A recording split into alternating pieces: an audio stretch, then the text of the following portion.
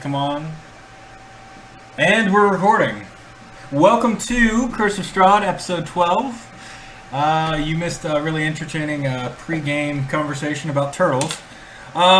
In the last game, the intrepid group that has not been named yet made their way back to get the blood spear and retrieved it.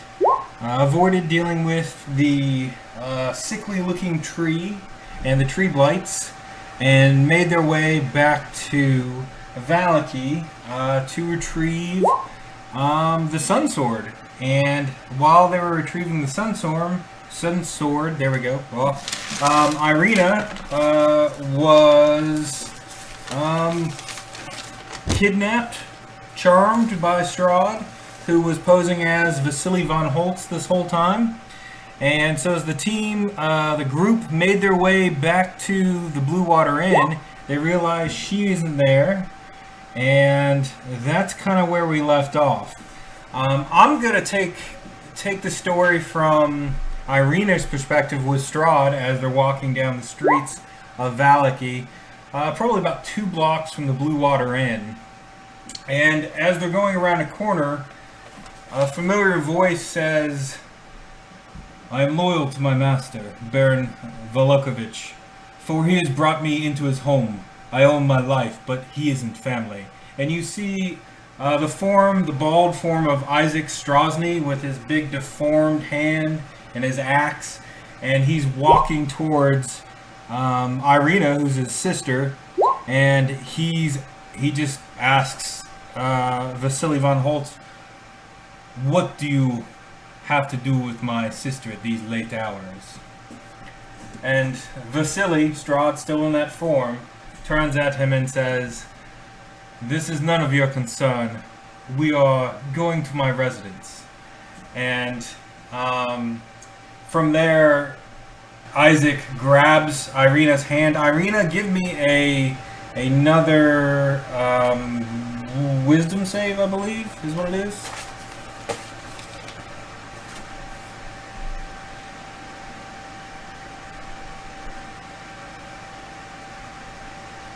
That's not bad. That's not bad. The DC is 17 though, so you are still charmed, and you're still blank and just staring off into the distance. And I'm gonna see if Isaac notices that there's something wrong with you. Isaac is not the brightest bulb, but we'll see. Ooh, 18 on the die. That's nice. And +2, so he's at a 20. Alright, so he does notice, "What is the matter with my sister? Have you drugged her?" And he's just going to grab her hand and try to pull her away from Strahd. And at this point, the initiative is going to go between those two. Now, I've already rolled this out to see what happens, at least in the first few rounds. Isaac takes out his axe, swings at Strahd, a flash of red light. He beat the initiative somehow because he rolled really well. Comes off of Strahd. He takes no damage, but he does shift into Strahd the vampire. And at that point, Isaac doesn't back down. He's still going after him, but Strahd does a bunch of damage to him. Just tears into him with his claws, and bites him. He does take some necrotic damage in his neck, but Isaac is staying strong. At that point, it's so loud that the party 2 blocks away at the Blue Water Inn needs to roll me a perception check to see if anyone notices a commotion down the block. The inn's probably not that loud since Rictavio's not there anymore performing. It's just normal kind of background chatter. And I'll put on some music. There we go.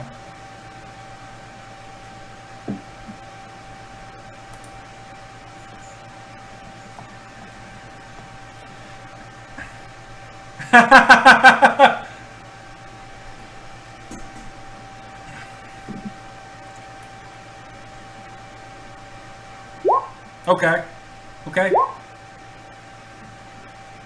You do. You hear the familiar sounds of Isaac Strahd, who I don't think you care for very much. yelling in the street about his sister. Yeah.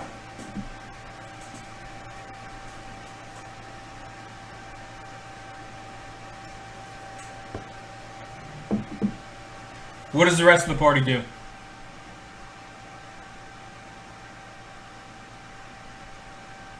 Okay. You guys push open the door to the Blue Water Inn. The Mardikovs are just kind of watching in alarm as you guys run out. And they're just kind of talking to one another. And as you go out, you see kind of ravens fly off the roof and kind of start spreading out through the town.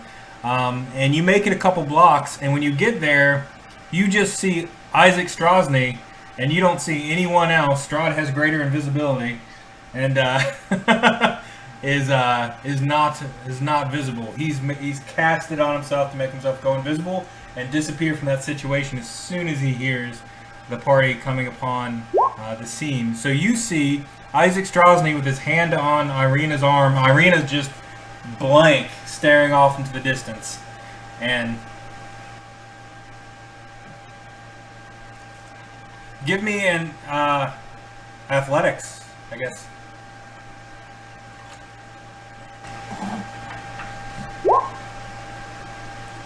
Rage. Sure. Oh, that's not good. Oh, yeah, that does it. Yeah, he rolled an 8, plus, you know, the dice, plus the number he gets, which is pretty good. It's plus 4, but 12 is not going to beat your 26. So you tackle him, just clock him.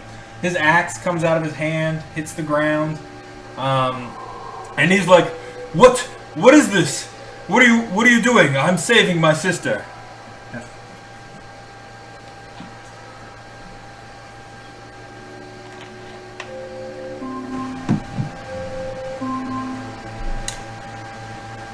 Okay, and Ireena, at this point, give me another wisdom save.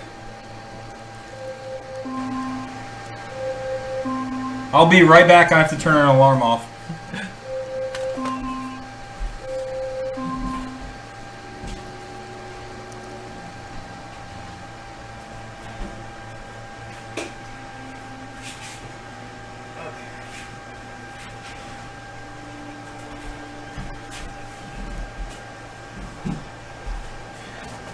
Okay, pizza's done. All right. So 18. That's enough. Ireena comes out of it.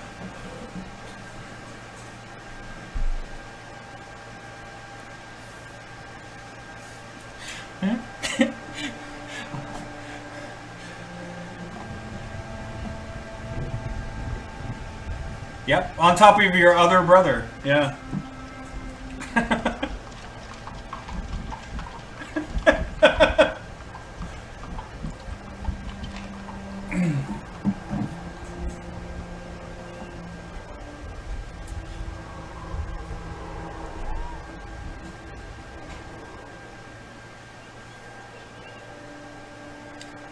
Anyone that wants can give me a perception check, but I don't think any of your passive perceptions is going to find him invisible. Yeah. Yeah, nobody sees anything. Nobody sees anything so far.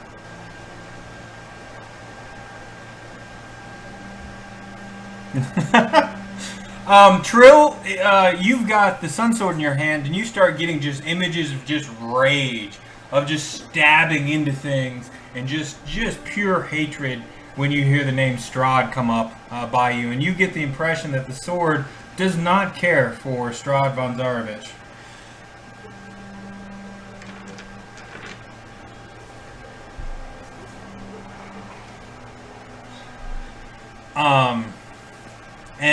And that's it. The street kind of calms down. You hear some, like, maybe shutters closing and some, you know, people kind of walking away a few blocks away trying to avoid that whole area. But that's it.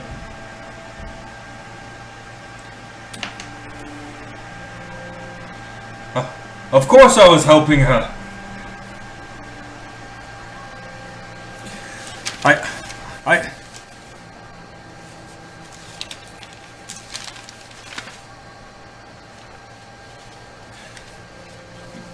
Vasily von Holtz had her.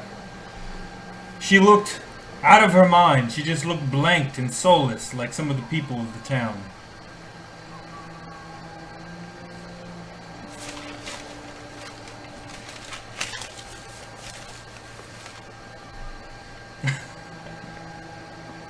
My sister should stay here where I can keep her safe.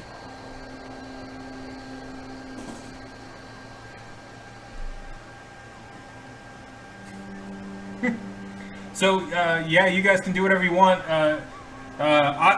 Isaac's got a little fire starting in his hand, but he's not doing anything.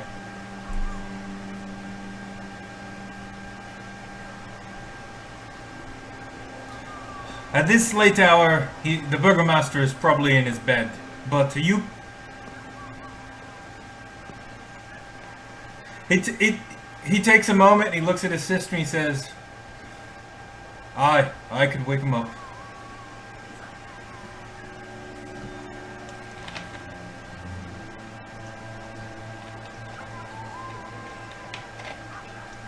Yeah.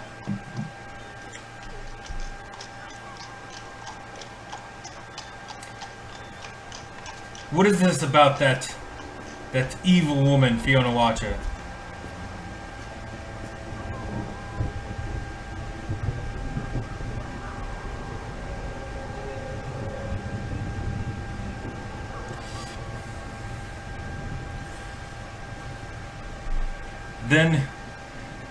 Then I will marshal the guards and head to her residence. Please get off me.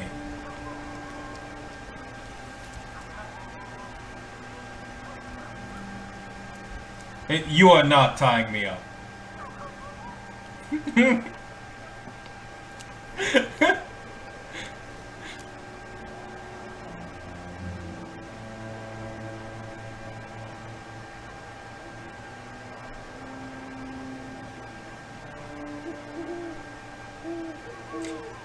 Trust that I would do anything to protect my sister.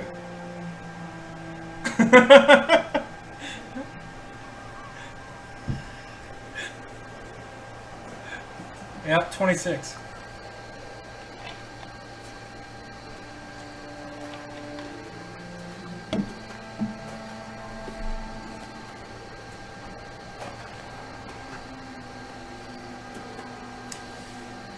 He'll get up and pick up his axe, and he's like, you should know, Master Ark, that we have found the guard you helped let flee the other day at the festival. He is in the stocks right now, paying his penance. Perhaps one day you will pay yours as well. And he starts walking down the street.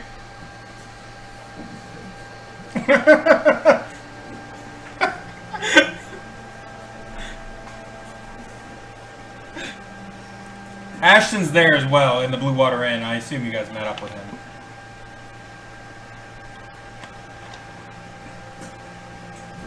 Yeah. Yeah. Yeah. Trill, you still notice the moon. It's not quite full yet, but it is. You just keep drawing your eye to it as you're standing in the street.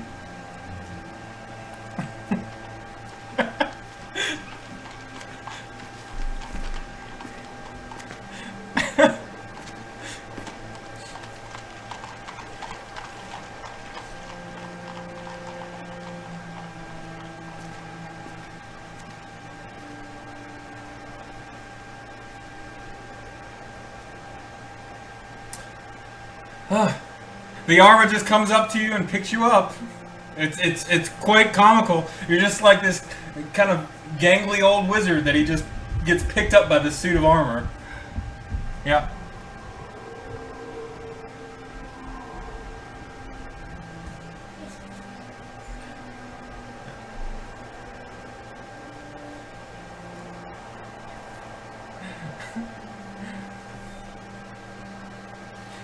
Yeah, you guys discuss amongst yourselves what you're going to do. I will be back in a sec. I got to get my kid pizza. So.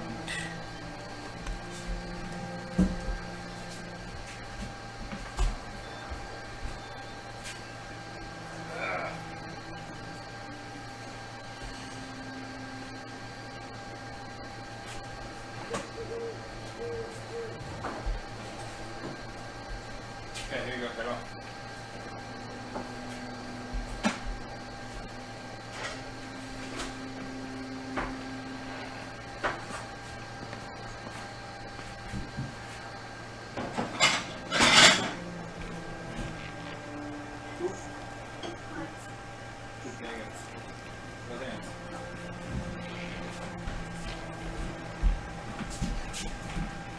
Okay, what are we doing?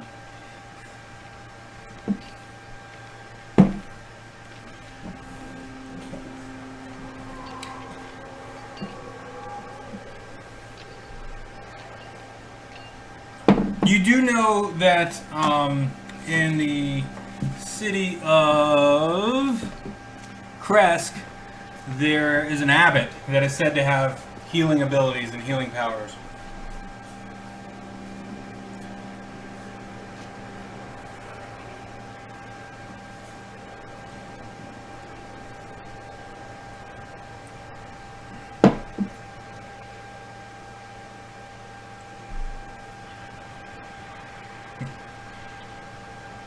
Yeah.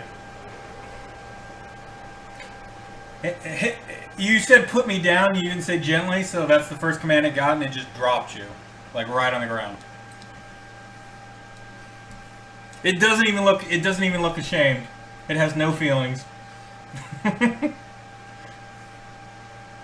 It followed you.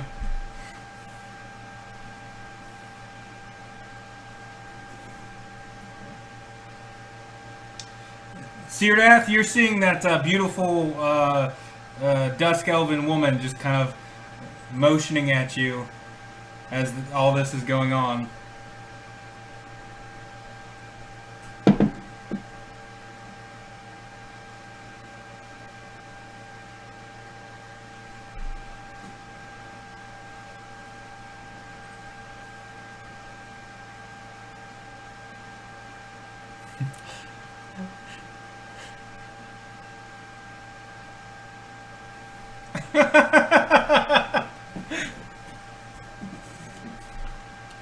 Yeah, and that wasn't enough for her.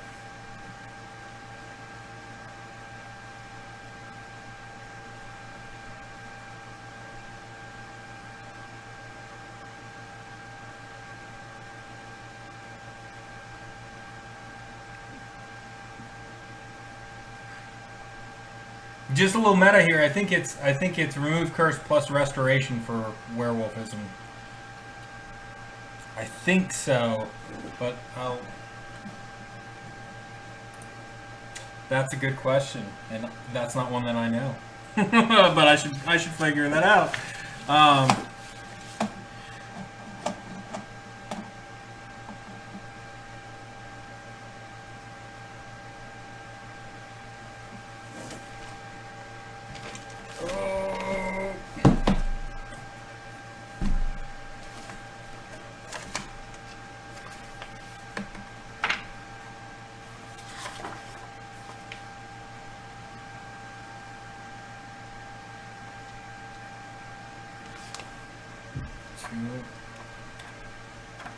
To 11.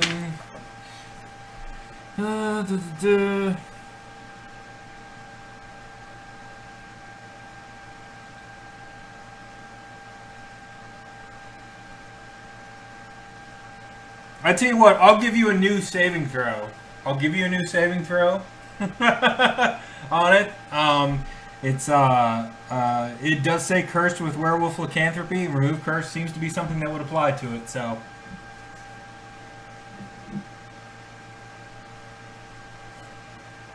Okay, well then I'll let it. I know old school it used to be a curse plus restoration back in the day. Yep. Okay, then we'll let it happen. There we go.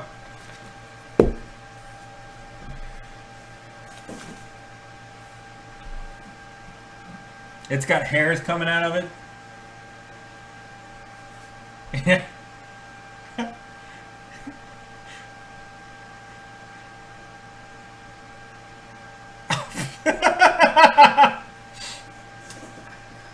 Wow. Yeah, just right on it. Okay, and the magical energy flows from your fingertips into her neck, and as you're doing it, you notice she's like hungrily looking at your neck while you're doing it, and then she just starts to calm a bit, and her eyes come off your neck and match your eyes, and you guys look at each other for a moment, and Trill, you feel better. You feel immediately better, and you're not drawn to the moon as much, and in fact, not at all anymore.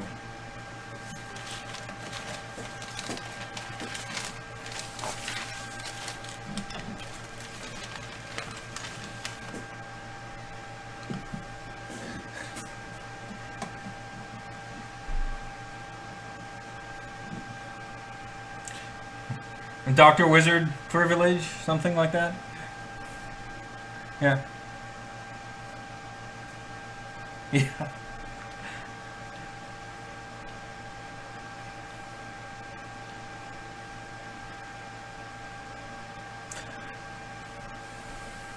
The rest of the group, this is like the second or third time they've walked off together like this.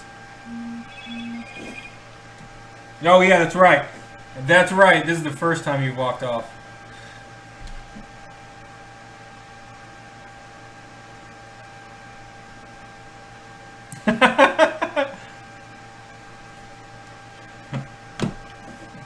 You're gonna get shivved by one of those Vistani. You, yeah, yeah.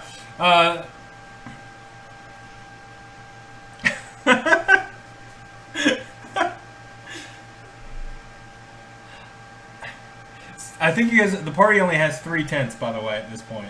Just so you know. Yeah.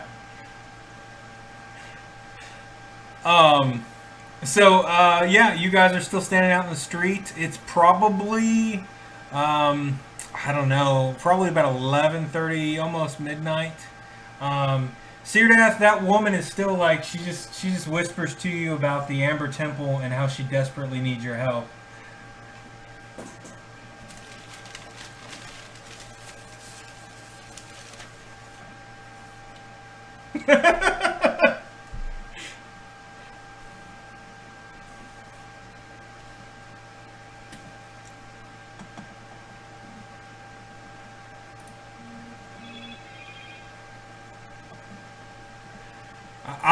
Isaac's long ago made his way back to the barracks to get the guard.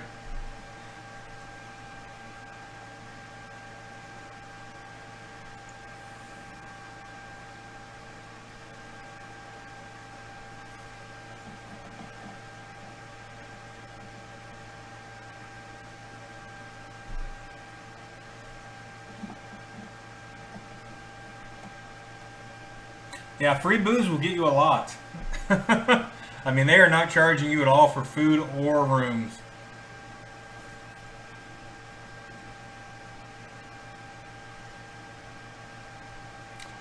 Yeah.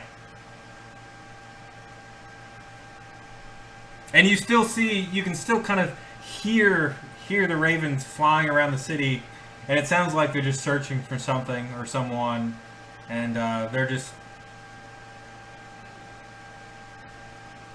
Yeah, they're saying, have you seen him? Have you seen them? Did you hear? Did you hear who Strahd was pretending to be? He was in our very inn and stuff like that.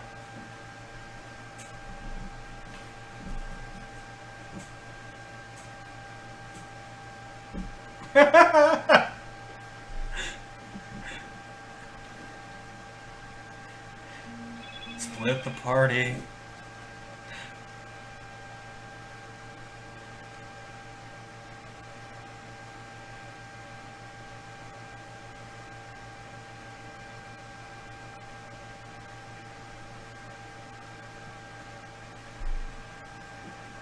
Okay.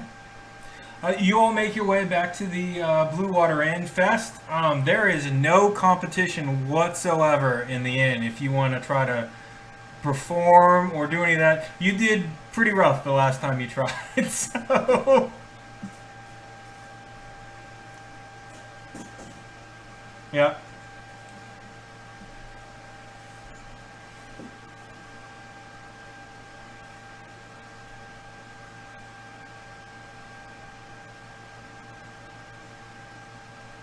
Oh yeah, yeah. 22 is, yeah.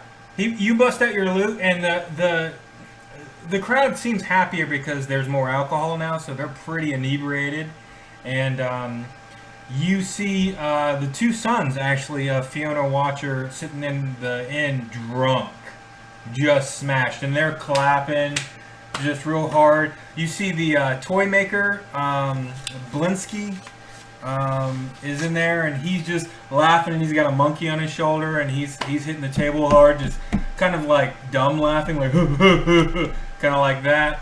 The Markovs seem in good spirits, and they welcome you in, and they give you keys to your rooms.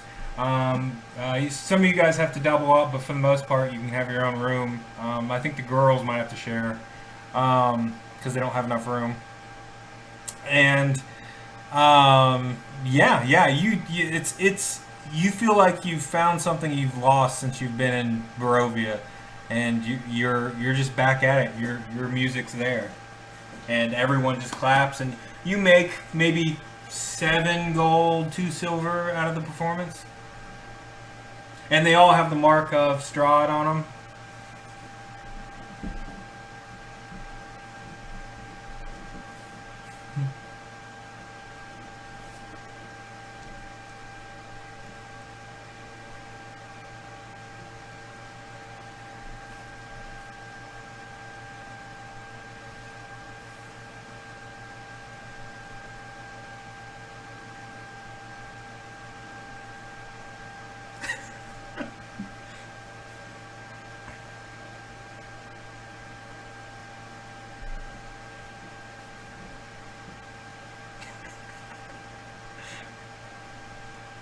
Someone still has the invite to Castle Ravenloft too somewhere.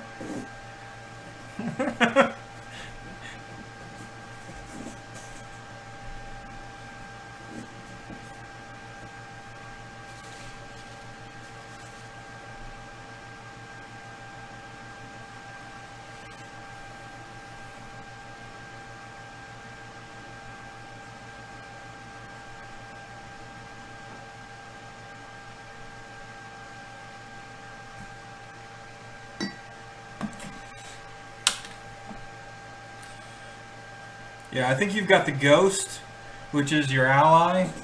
You've got that card left, and then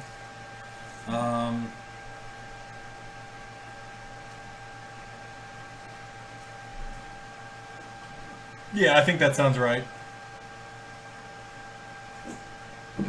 Yeah, the Warrior.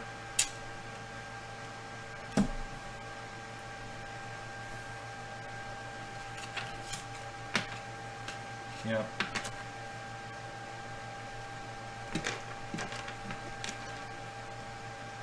Yep.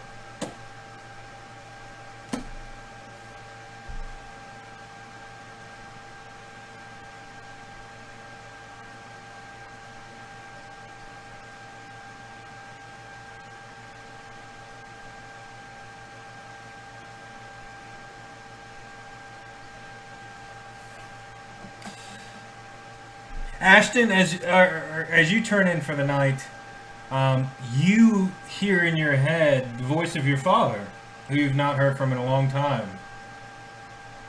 And he says, "My son, I look forward to seeing you. Find me in the village of Krezk.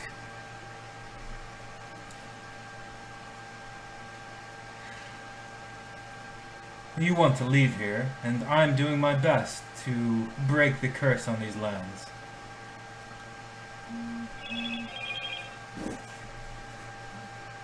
That may be the case.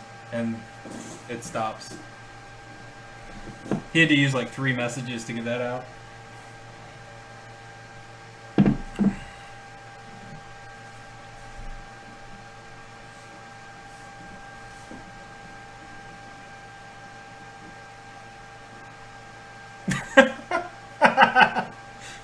You guys are it's a 10-foot space, right? So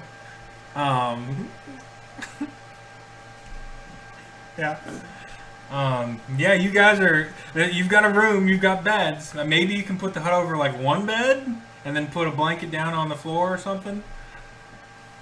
Yeah.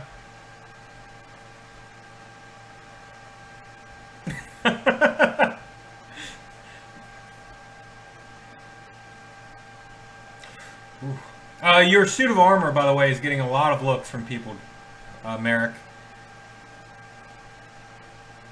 Yeah, and it's knocked over a few things. It's a little clumsy.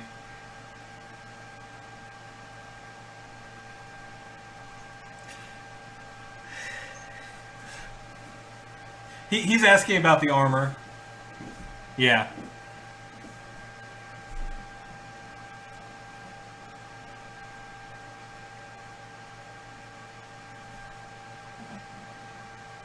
Yeah.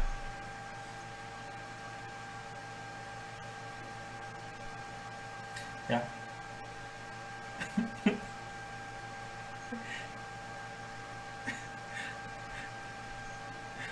it's yeah, it's just an animated suit of armor that he can command because he knows the you know, he's attuned to it and knows the password. Yep. I did not, but there's not a whole lot to it. I will get them to you, but I know what they are.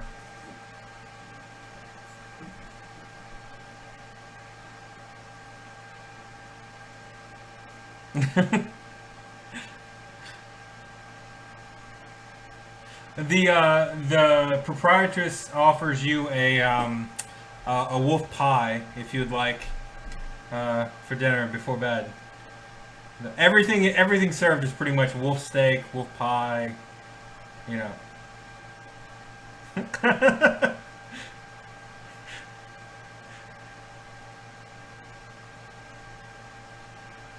Okay. So you guys turn in for the night. Syrdath, even as you go to sleep in the bubble, the beautiful woman lays down next to you and just kind of looks at you, and she's just, help me.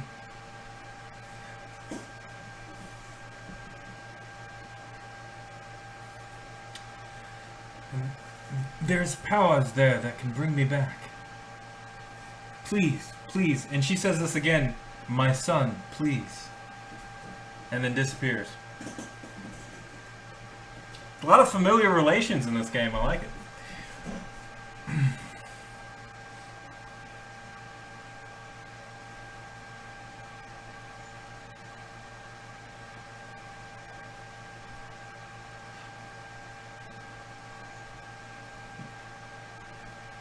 Yeah, you can do an insight check. Go ahead.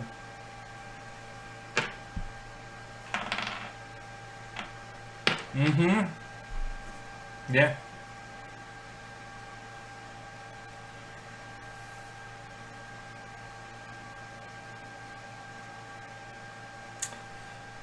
She's hard to read. I mean, to you, she appears to be very real, but nobody else seems to notice her, and you're used to that. But she's also, you feel like there's a lot that's not being said, but maybe it's just because you believe that she desperately wants help, and your help specifically. And you may be her son, you may not, you don't know. Her hair's a different color. Maybe some of her features look like yours. You don't know.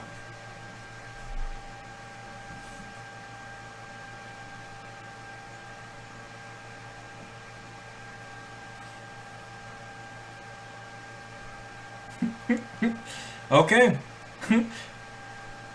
Yeah, you guys. Yeah, Marick is just snoring inside the tiny hut with Syrdath. The girls sleep eventful. Nobody has any strange dreams tonight. You guys awake to the smell of breakfast coming from downstairs at the Blue Water Inn. Mm-hmm.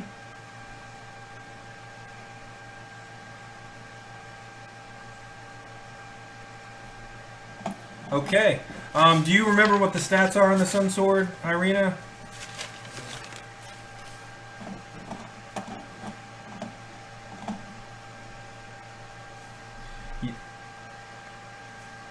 Yeah. Okay. As you yeah, let's see if I can find it again real quick. I'm gonna move, zoom over. Sun sword, sun sword.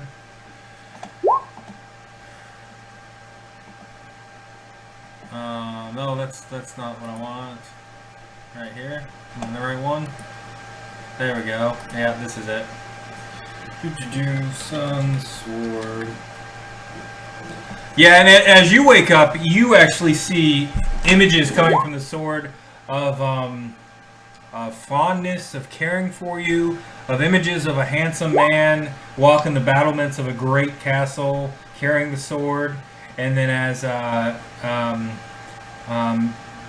that man getting killed by someone who looks very much like Strahd, the sword is taken, and an old wizardy-looking fellow with a big long beard, kind of looks like Marick, breaks the blade off the sword, and then a younger man comes by and grabs it and runs out into the woods and is attacked by wolves, and then the vision goes blank.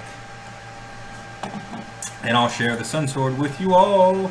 Show the players. Yeah. Yeah, so you guys got it? Okay. Cool. So that's it, and these are all through images. It's not talking to you directly, but you do feel a sense of like you're the one that's supposed to have this sword. It feels very close to you.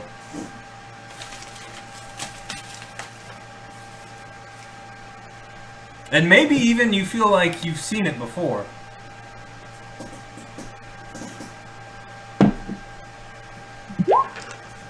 Yep.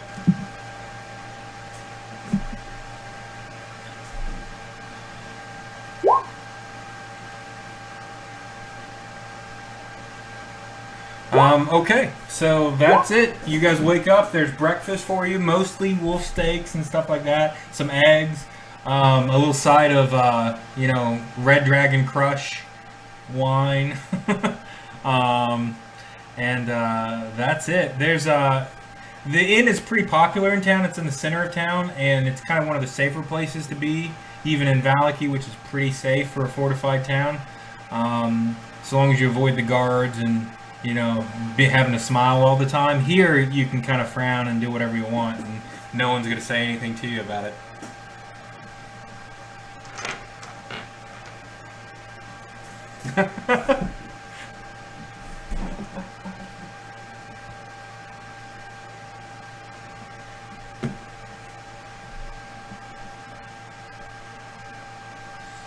Who are you asking? Are you asking the proprietor, let's see. Do Erwin Mordakov?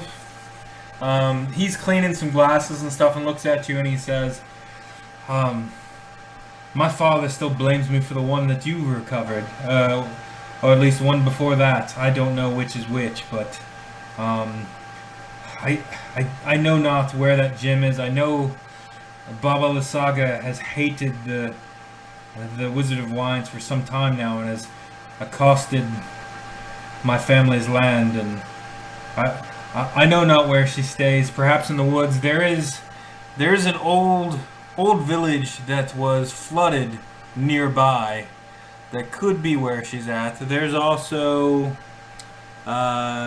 Yester Hill, which I believe some druids have been known to frequent, and the mist gets kind of weird over there. You see images in it. Beyond that, if you head too far south, you'll hit the Lunar River, and then you'll hit the Wall of Fog again. So I haven't been out that way very, very often since I left the winery, but that's all I know.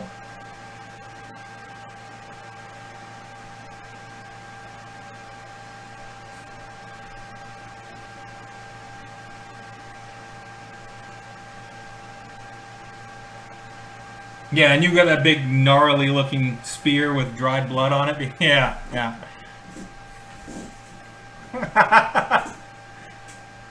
Yeah.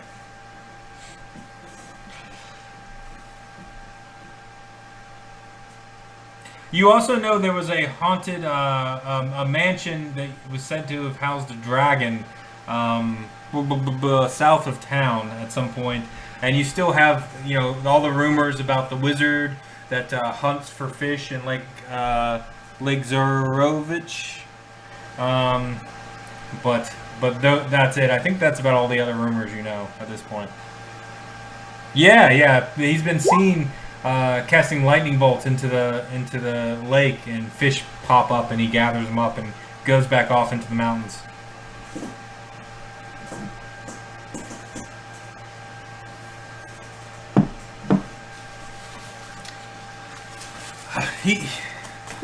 I guess everyone will tell you he's mad. He's just crazy. He just says random nonsense to folk as they try to talk to him, and he's quite dangerous. He seems somewhat powerful, but we don't approach him. He's called the Mad Mage of Mount Baratok.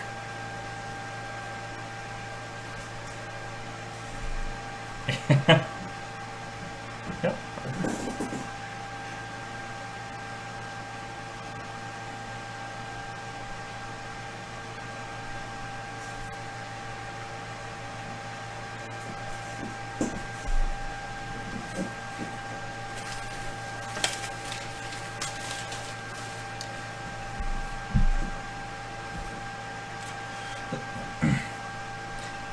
Yeah, that's right. They're different things. And you can hear the wolf hunters, the two burly men you've met before, talking about the poor guard that's been in the stocks for about 2 days now, and how they hope he gets let out soon.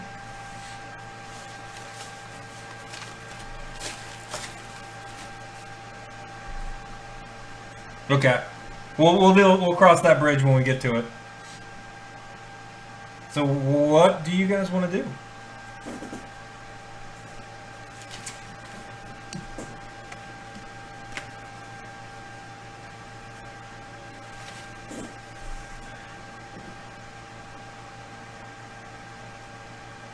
Yeah, Castle Ravenloft. Castle Ravenloft.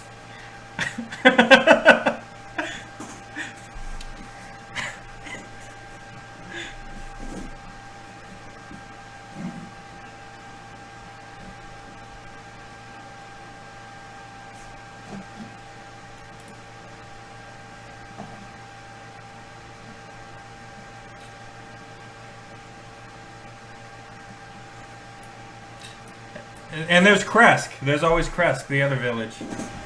Yeah. And the abbot.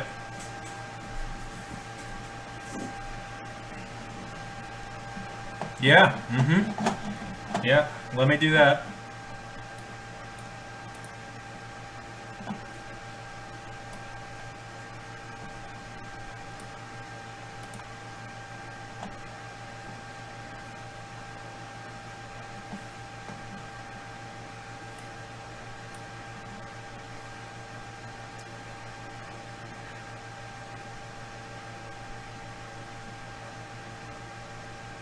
Yeah, that's the village of, and I believe you guys have a map too, so you guys can look at this. It's still marked up from last time when I drew on it. Okay. I'm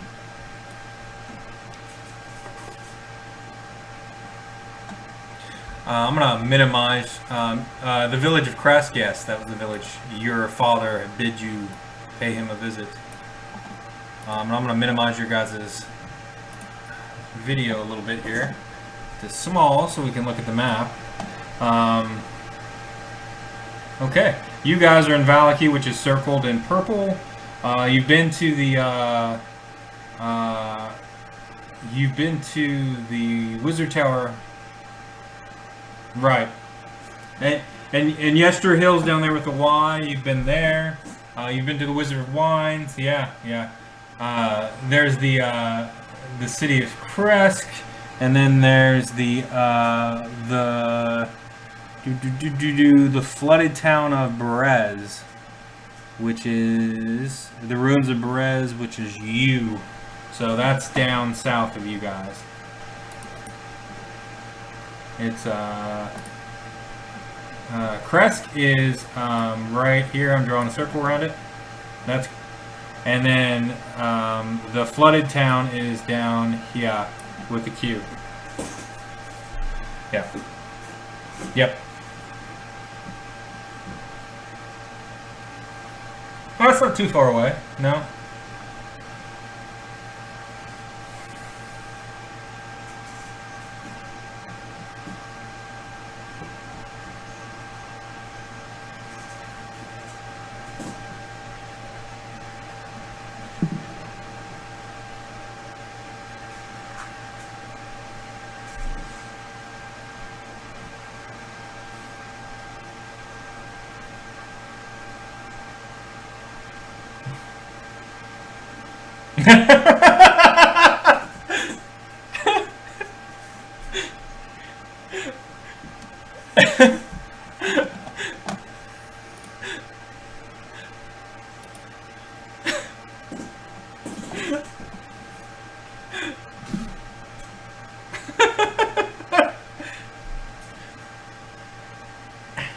Yeah. Yeah, you can reintroduce yourself, Ashton, if you want.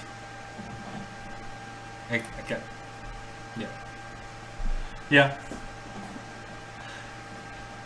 Yeah.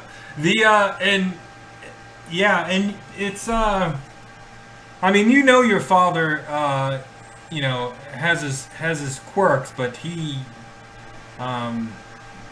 is a good, I mean, he's a good being to your knowledge. Yeah.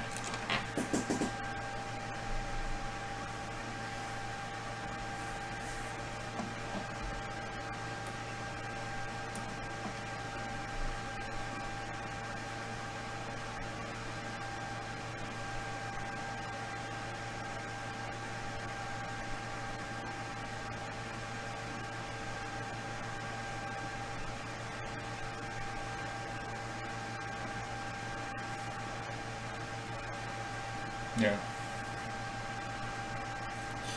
And let's see if I can mark some other stuff. Let's see the. Oh, I'm sorry. Q was no. This is the red is the that's actually the Ehringvunks Holtz, the place with the dragon. This U is the, you have to go past that. You have to go down a path, and that's the flooded village of Berez. Yeah, you don't see them. Yeah, it's on my map, and it'll be on the video. Yeah, so that's the flooded village. The one before it is the mansion with the dragon. You're in Valaki, yeah, which is also here in Rep, yeah.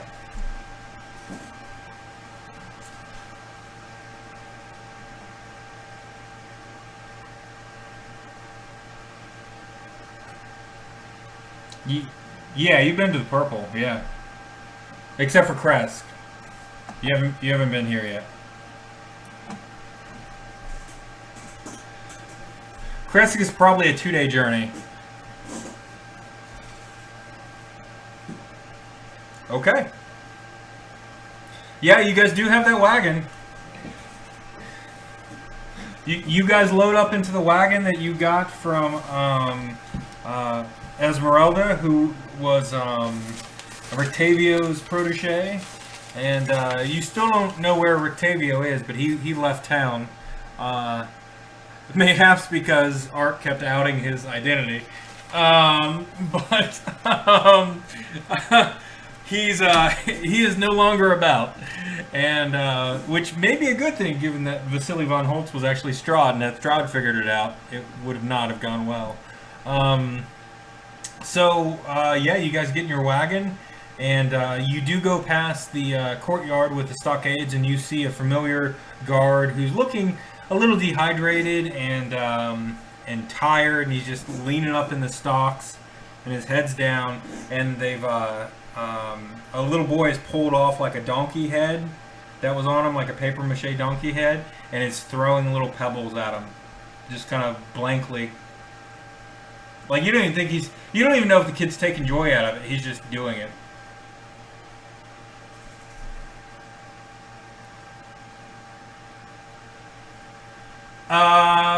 Give me a perception check.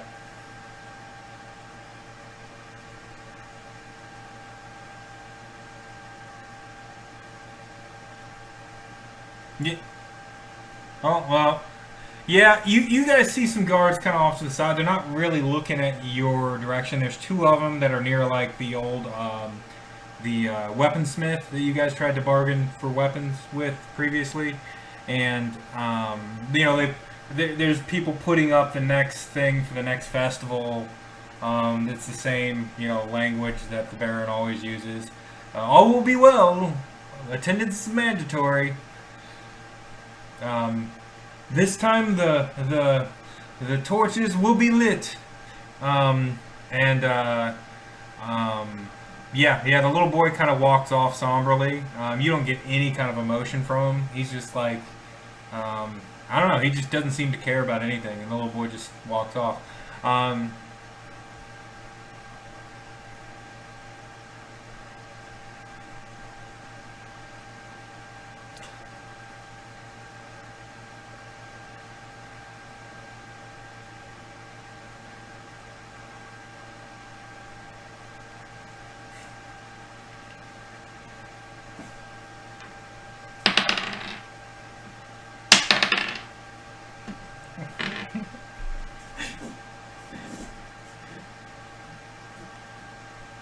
Okay.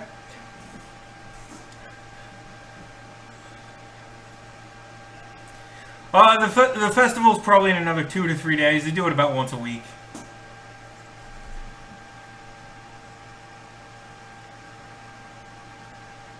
Okay, give me a performance check. Oh, they are enthralled, and normally they're kind of like they're just sick of the. You can tell they're sick of the performances, but they put on a good show. Like, all will be well. It's great, and this they actually like. No, this is really good. This is pretty great, and they're like clapping and doing the little like foot stomping thing in their armor, and nodding their head. And it's a male and female guard, and they're both about middle age. The male guard has kind of a beer belly on him, so his armor kind of bulges out a little bit. Yeah, they're just like really enthralled, and the female guard, her voice is actually pretty okay. The male guard's is just off key and shrill, but he's kind of mumbling it. He's not singing real loud. And yeah, okay. So the guard's just sitting there.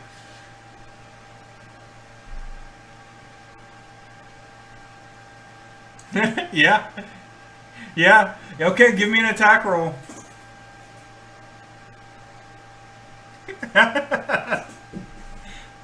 Yeah, yeah. You give me some damage for the lock. Oh. Okay. I was gonna say it. Okay, that's enough. The lock comes off, and he looks over at you, and he's like, "Oh, it's you." And you can tell he looks like you. You can see him now that you're so close. You can see that they actually did. His back was drug down the street, so you could see it's kind of it's beat up. It looks like maybe they drug him for like a mile or so.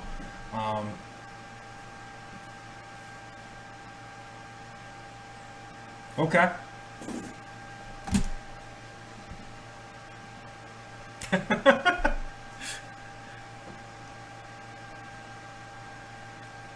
So the imagery of Ark, who's gigantic, leaning over and whispering into this man's ear, and all of a sudden his back starts healing slightly, a little bit. It's not like it's not bleeding, and it doesn't look like it's going to be infected anymore, but it's still red and raw looking.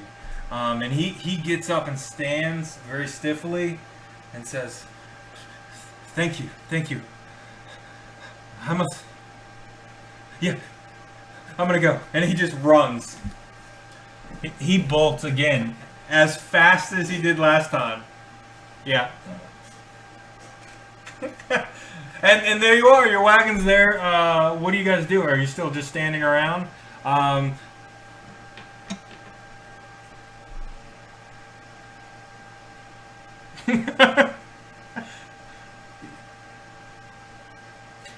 yeah.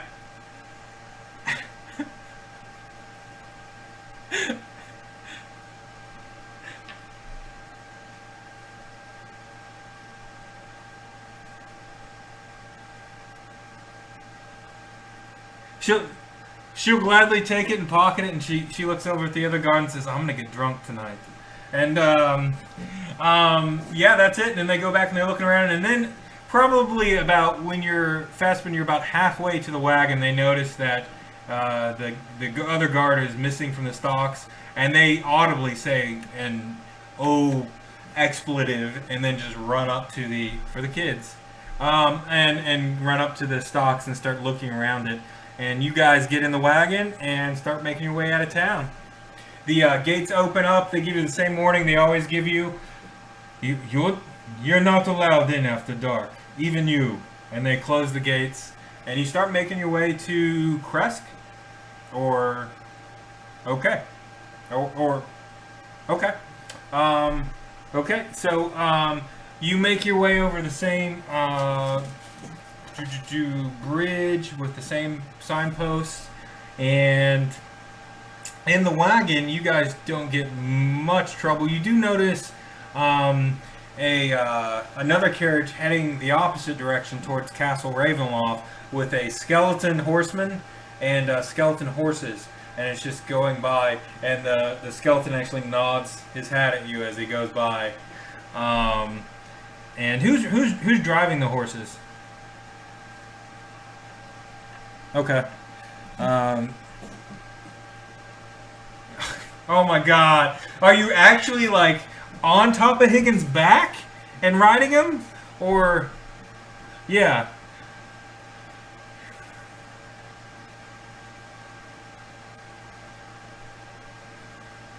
Yeah, he's kind of acting as a footman to the wagon.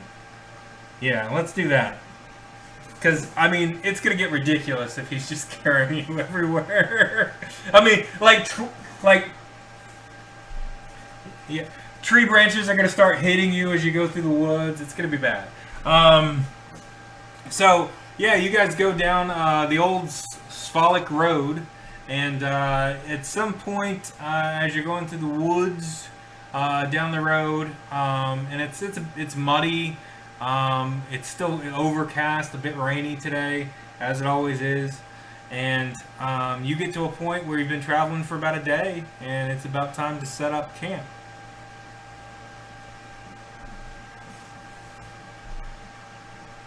Cast tiny hut. I assume you all gather in for a meal. The wagon is quite nice. You still have. It is kind of weird traveling with all the alchemist fire bottles just kind of jingling, tied up in the top of the wagon.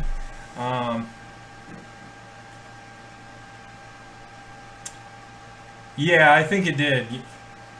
Yeah. Yeah, you can find an extra longsword in there.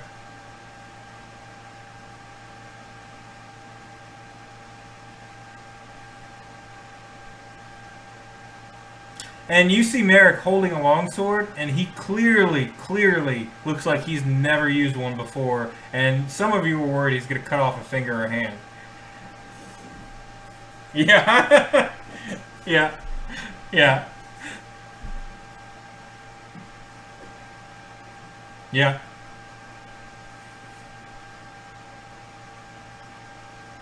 He takes it and immediately just like starts putting it on his chest and goes and looks around and picks up some rope and starts tying it around his chest.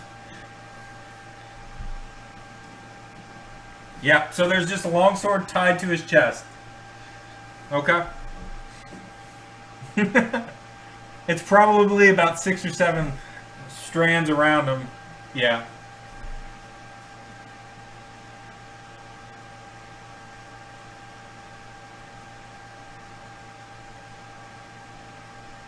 It doesn't seem to know who Ireena is.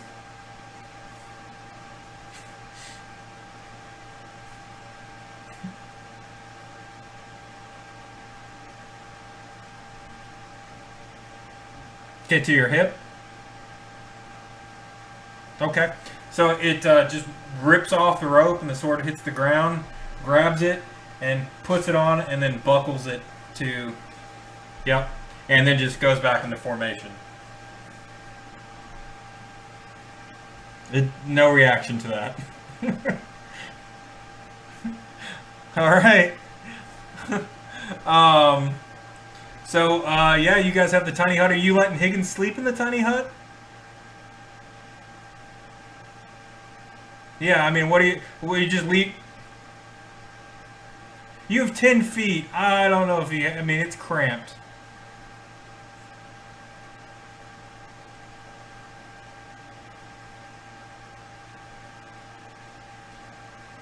Yep. Give me a athletics check.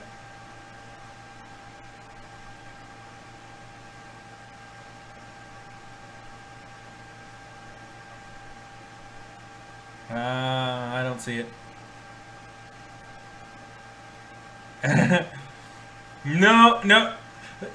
So you guys see Syrdath try to go up to a tree, and he's just looking at it, and it's it's one of these old pines that look kind of, I mean, it looks almost personified. It doesn't have a face on it, but it kind of looks like it's watching you somehow.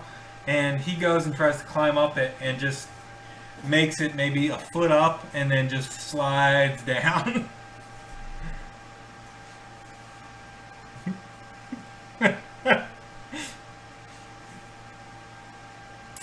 Yeah, dice make for some fun times.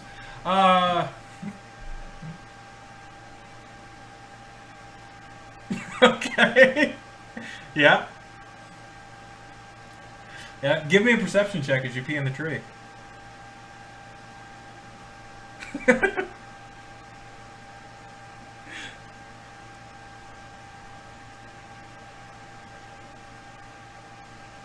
Okay. Yeah. I'll take your word for it. You don't notice anything with the tree, but you get the sense that it's not happy with you.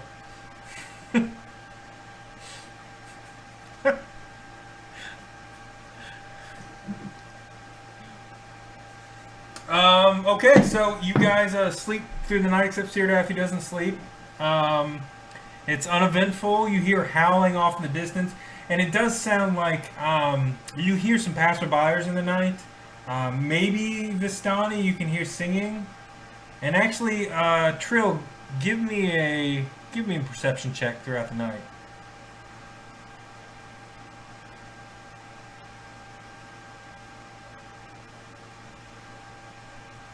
There you go.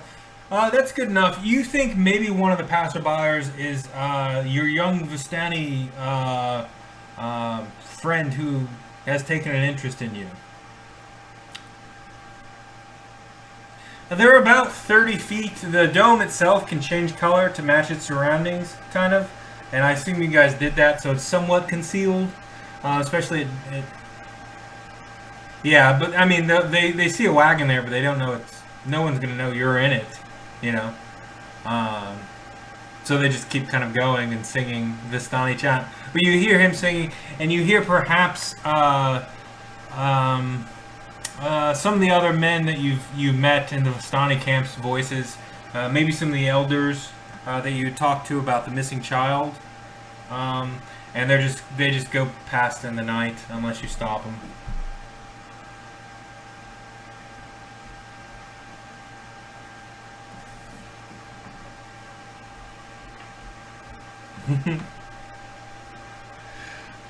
Okay, that's it. You wake up and I assume you head on your way unless there's any party discussions you guys want to have.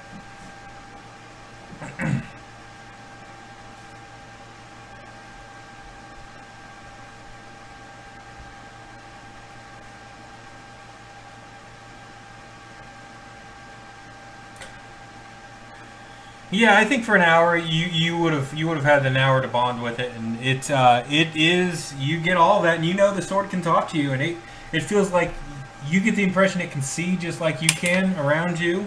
So you've got another perception check you get to do for the sword when you perceive things, and it doesn't talk to you directly, but you get flashes of images sent to you, and you get the impression that it doesn't like Strahd very much, and it very much wants to harm him, but it does like you a whole lot, and you feel like there's even maybe a bit of, dare I say, love for you coming from the sword.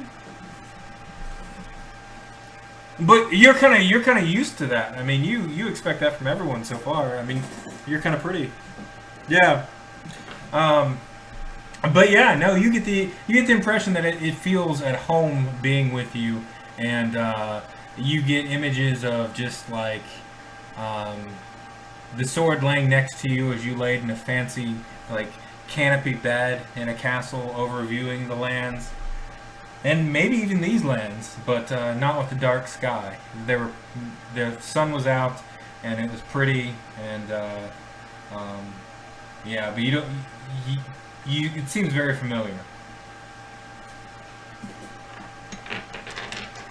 Yeah, yeah, and it's just a hilt, but when you want it to be, the fire comes out of it just like a lightsaber, or yeah, like a flaming sword, like Crod Mandoon. So it just lights up, except there's no metal blade.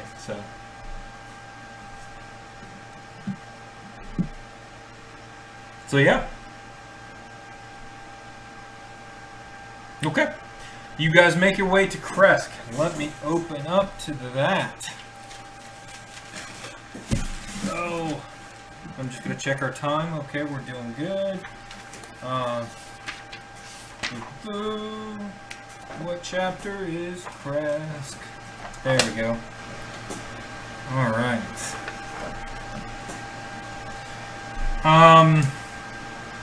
So the road branches north and climbs a rocky escarpment. Am I saying that right? Ending at a gatehouse built into a 20-foot high wall of stone reinforced with buttresses every 50 feet or so. The wall encloses a settlement on the side of a snow-dusted mountain spur. Beyond the wall, you see the tops of snow-covered pines and thin white wisps of smoke. The somber toll of a bell comes from the stone abbey that clings to the mountainside high above the settlement. The steady chime is inviting, a welcoming change from the deathly silence and oppressive fog to which you have grown accustomed. It's hard to tell at this distance, but there seems to be a switchback road clinging to the cliffs that lead up from the walled settlement to the abbey. So that's what you see. And I will actually bring out a map of Krezk and put you all on it right now. Ooh. Okay, let's see. Nope, nope, nope, nope, nope, nope, nope, nope. I'm gonna keep going. So many maps of Ravenloft. It'd be nice if they did this alphabetically.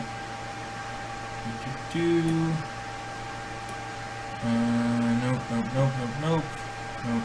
I'll do res real quick. We'll stop there. And then... where is it? Mr. Hill, did I pass it? No, that's not it. There it is. I did pass it. Okay. There we go. And I will take off dynamic lighting in case it's on it. I hope it isn't. Can you guys see it?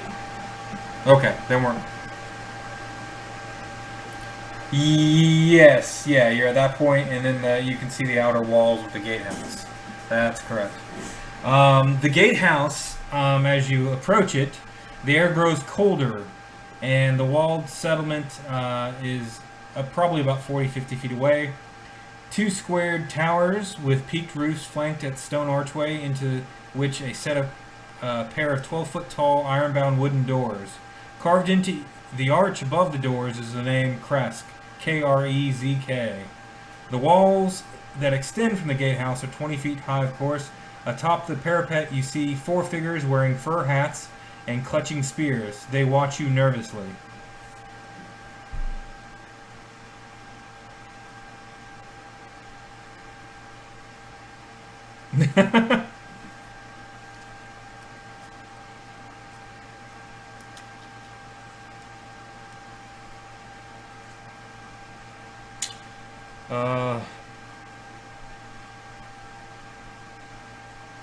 They're watching it, but the doors are shut. I mean, they're big doors.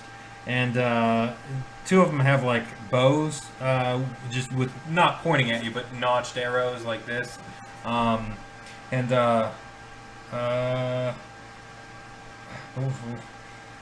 one of them says, "What brings you to Krezk?"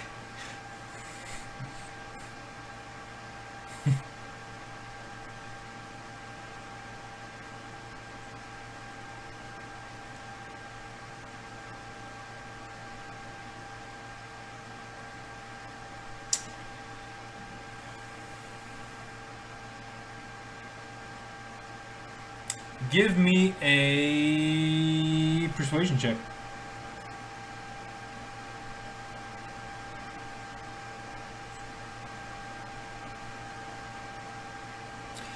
They say, hold a moment, and one of the archers wanders off, and probably about 20-30 minutes later, a man in kind of nice attire approaches, and he's obviously some kind of higher nobility or something. Introduces himself as the burgomaster, Dmitry Krezkov, and he says, in quite a lordly fashion, so what is it you lot have here in my village? What do you have to do? What brings you here? These are ill times, and we are somewhat untrusting of strangers.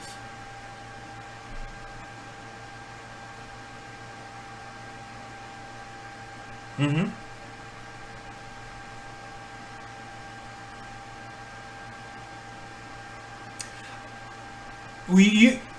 You know the abbot said to have had healing powers and stuff too. Like he can bring back the dead.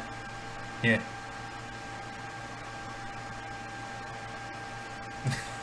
You greedy wizard.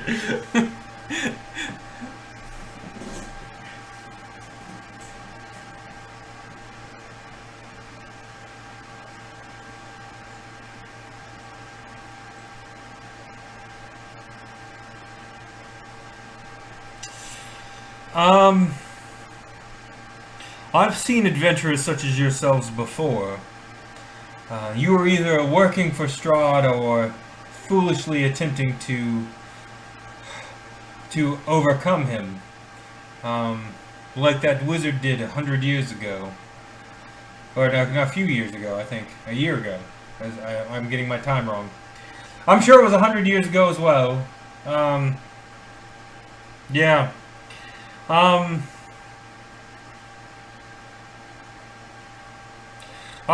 I'm not prepared to shelter Strahd's enemies any more than I'm willing to humor his allies. How can you help Krezk in some way? What skills do you have?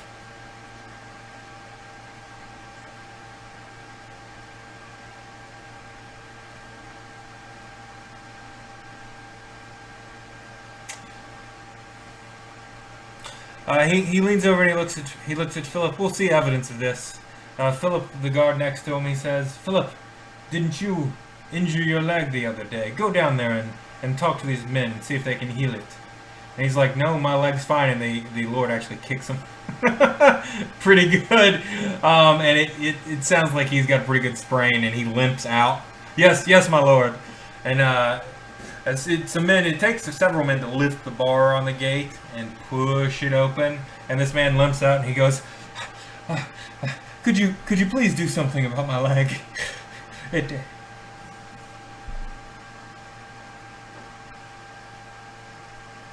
What? Okay. Okay. That's enough to heal his leg up. It was only a sprain, and he stands firmly, and he looks at the burgomaster, and he says, "They do possess some healing skill, my lord. And hopefully I won't have to exhibit that again for you." And he walks kind of somewhat annoyed back into the gatehouse. And at that point, the burgomaster, Dmitry, says, "By my oath of office, then, it is my honor to have you here in the great city of Krezk. Please do no harm to it, or you will have to answer to me and the guards. And he allows you in. He's like, I will show you every hospitality. You don't by any chance happen to have word of any wine shipments coming from the Wizard of Wines recently, do you? We're starting to run low. And I believe you have a few bottles left, too, that you've...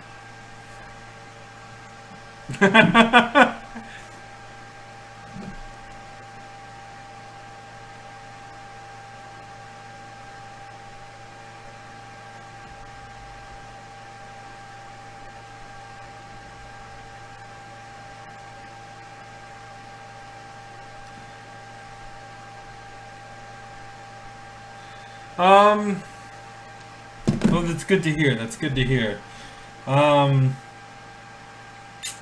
His people have been without wine for days now, you think. The next delivery is long overdue. They close the gates quickly behind you. And, yeah, that's it. And, Dimitri tells his guards to stand down. And, he brings you all in to town and ushers you into the village with him, and he kind of escorts your wagon as you guys are coming through. And yeah, that's pretty much it. Does anybody want to look at anything or try to perceive anything or do anything before we get into the village itself?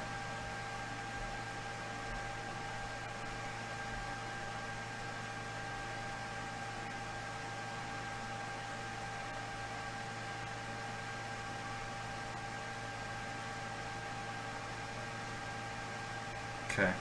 Does anyone have a passive perception over 12? Okay. Oh, wow. Okay. You Ark, notice something, being the keen mind you are, that it seems like Dimitri is trying to hide something. Like, he appears to be very upset, but he's not letting it show. And that's what you kind of glean. Anyone over a 12, that's what you glean. The village of Krezk, when you get past the outer wall, the mist-shrouded village beyond the wall is nothing more than a scattering of humble wooden cottages along a dirt road that stretch between stands of snow-dusted pine trees. So many trees, in fact, as to constitute a forest. To the northeast, gray cliffs rise sharply, and the road winding up to the abbey is easy to see from this vantage.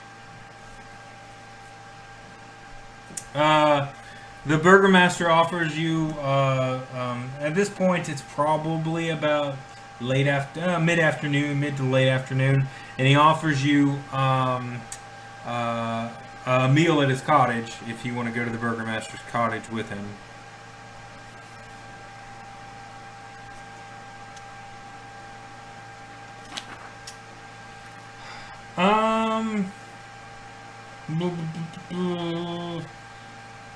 I tell you what, give me an investigation check, and I will tell you.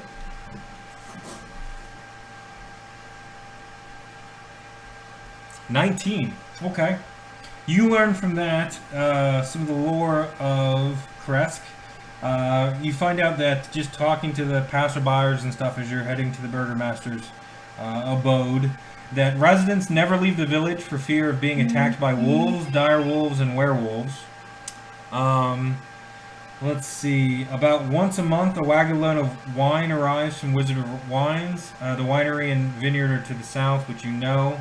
The business is owned and operated by the Martikov family.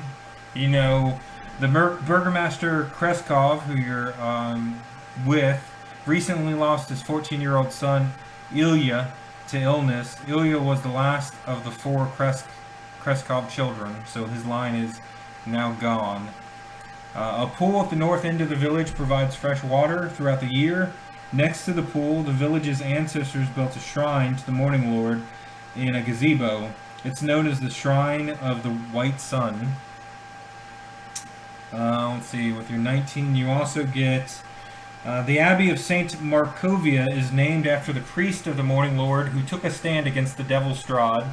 After a fierce uprising, Markovia and her utmost loyal followers stormed the castle Ravenloft, only to be destroyed like everyone else. The abbey was once a hospital and a convent, but it fell on hard times after the land was swallowed up by the mist. Some of the clergy fell prey to Strahd, while others went mad and either starved themselves to death or turned to cannibalism. The head of the abbey, called simply the abbot, arrived over a century ago and hasn't aged a day since.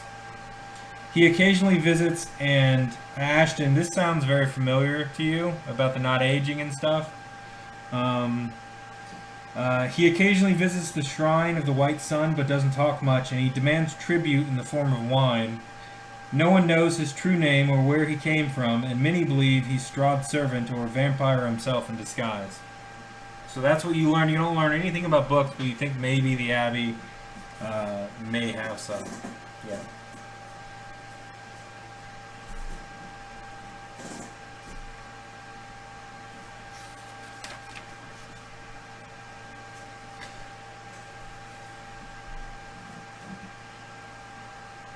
Give me an investigation check on that, and I'll tell you.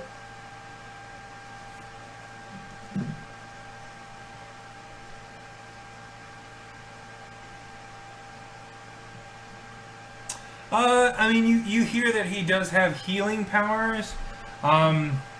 He's been at the Abbey for quite some time, yeah, I mean, you don't hear anything terrible about him. Just that he's just that he just comes in and demands wine every now and again as tribute. Yeah. It doesn't age. Yeah.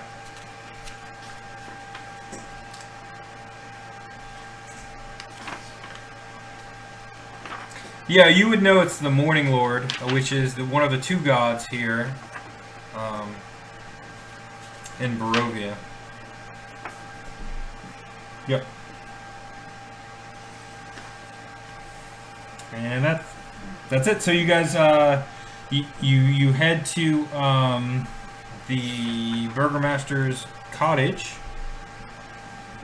and you are met with Dimitri introduces you to his somewhat.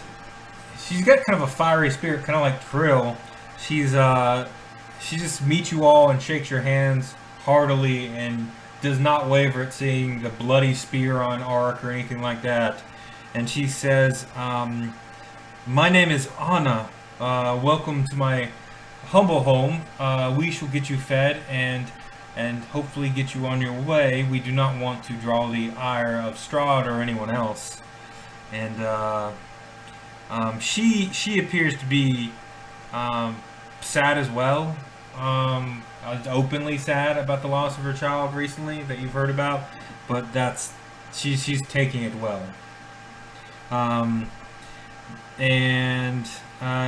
She sets the table and invites you all in and gives you a place to hitch your horses, but then realizes after the word from, I guess, Marick, that the horses disappear because they're semi-real horses, and just kind of shrugs it off and goes back into the house and starts cooking dinner. You find a pretty humble abode, although it's one of the nicer ones in town. It's definitely seen wear and tear over the years. It's a very nice, sturdy table, big enough for all of you. At some point, the Burgomaster hosted, probably the whole village would come to his home and eat, but the table's probably enough for 20 or 30 people, but you guys are sitting at a smaller end of it. That said, it's very humble. It's not like a fancy table. It's just something that, looked like some carpenters put together.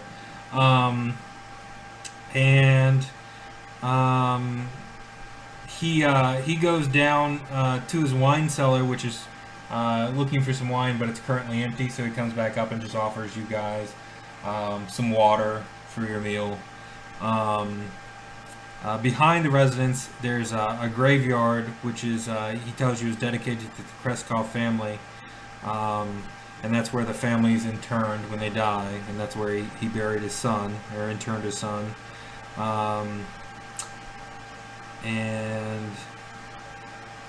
Yeah. that's it. He offers you guys some meal. It's actually not bad. It's chicken. It tastes somewhat bland, but it's got some spices to it. And she's yeah.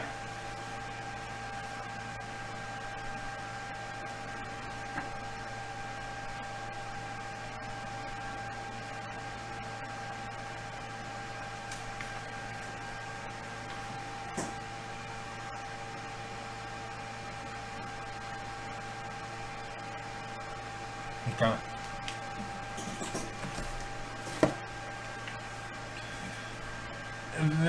That's what they look like, by the way. Okay. Yeah. Yeah.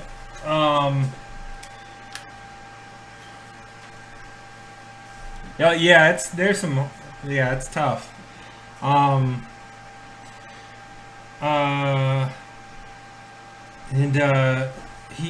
The burgermaster at some point during the dinner grabs his wife's hand and says, "We've been told that the abbot can bring those back from the dead. If you're going to the abbey, we would ask you to talk to the abbot to please bring our son back. We miss him so, and he was the last of our line. So if you can, if any of you have the power to bring him back." And he looks at Trill and he looks at Fest. Maybe even at Marick, because Marick looks like he has some power. Or Ashton. And just kind of says, if any of you have the power to bring our son back, we'd greatly appreciate it. He's in turn out back, but we've had some break-ins and our other children's bones and bodies have been taken.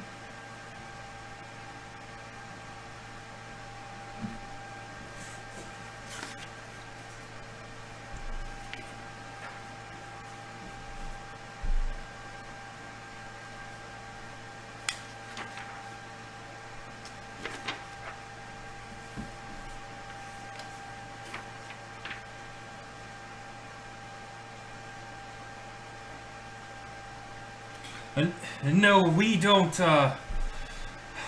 We don't go to the abbey. My people need me here.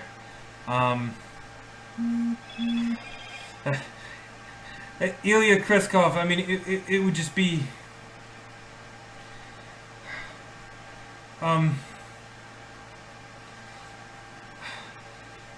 Well.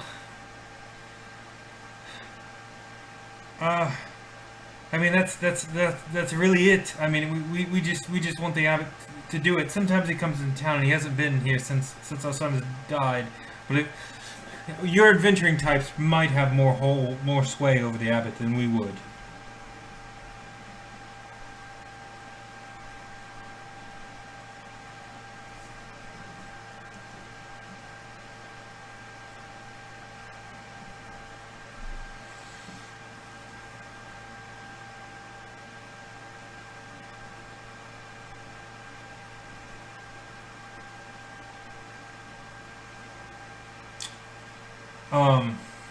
I guess at this point you hear a knock at the door, and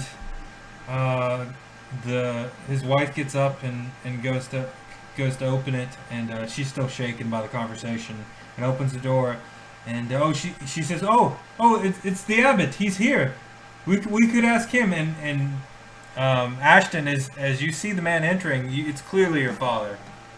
He's here. And he walks in and he says, I could not but hear your prayers for your son to be brought back from the dead. I do have the power to raise the dead. If the gods of light wish it, and wish the Krezkov bloodline to be restored. Perhaps we could discuss this matter over some wine. And he looks at the bottle of wine that you brought. And he looks at you and he says, I am no necromancer. And he looks over at Ashton and he says, it's been some time, Ashton. I'm glad you You followed my call and came here. We shall discuss more at the Abbey. I'm working on a project to lift the curse from these lands. In fact, you should come before Strahd arrives, because I have something to present to him that might fix this whole thing. Your insight tells you he believes vehemently that he's going to be the one to lift the curse on these lands, and you think he does have the power to raise dead. Yes.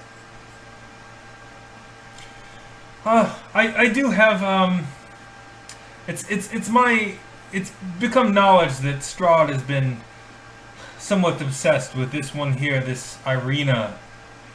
And to get his mind off of it, I have a different bride prepared for him that I believe will help bring love to his heart and clear the curse from these lands. Yeah.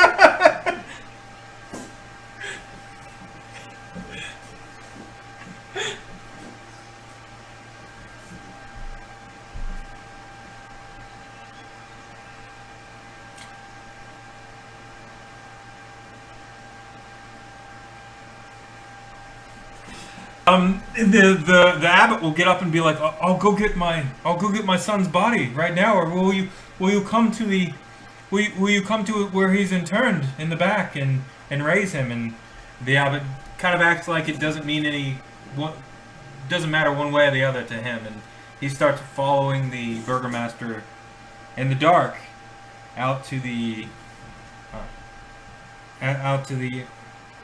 okay. Is anyone else coming?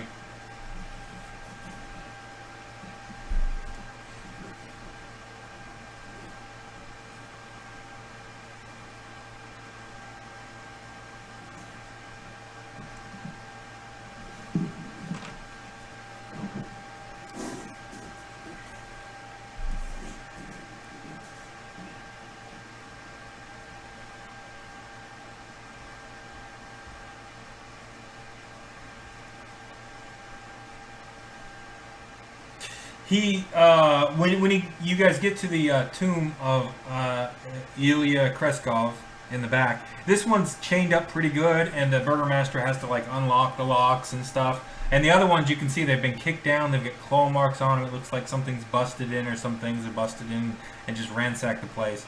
This one's pretty newly built, and it looks a bit sturdy. Opens it up, and there's a young man's corpse just laying there, and it's clearly rigor mortis is set in, some decay is set in, the body is just, there's a smell, and this is a corpse laying on a pedestal. And as the abbot walks up, he looks over at the burgomaster and says, "You must do something for me. It's a small matter. I would like a wedding dress procured from the city of Valaki.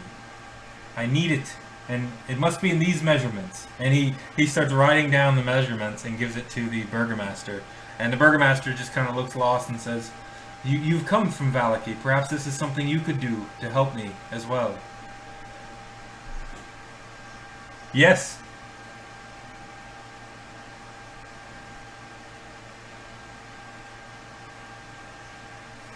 It's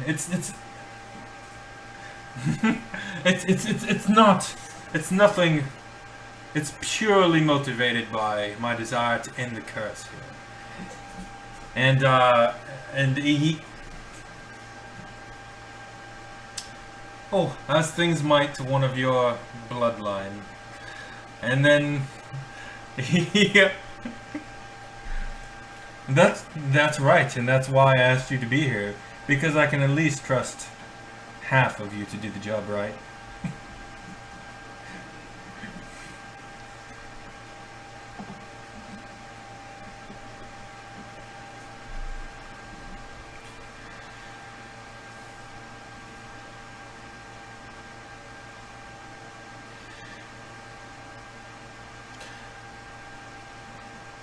He says, I would do anything. I would do anything to have my son back. And the abbot says,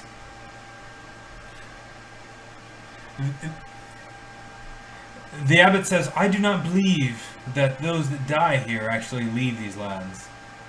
I believe they are trapped here for all eternity.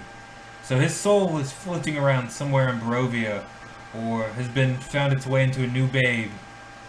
But it's been recent, and I don't believe any new babies have been born in this village. We may yet get his soul back.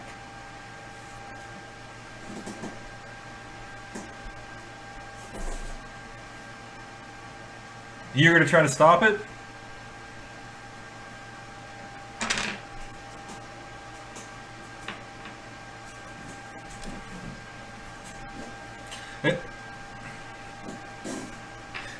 The abbot, the burgomaster begged you, Trill. Please, please, let him bring my son back. Please. And his wife is just crying, standing outside in the graveyard, maybe 20, 30 feet back.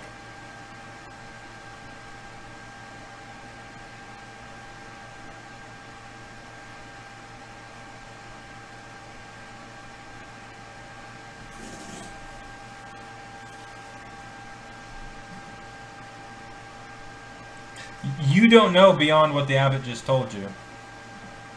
You do know leaving the mist is hard unless you're a Vistani.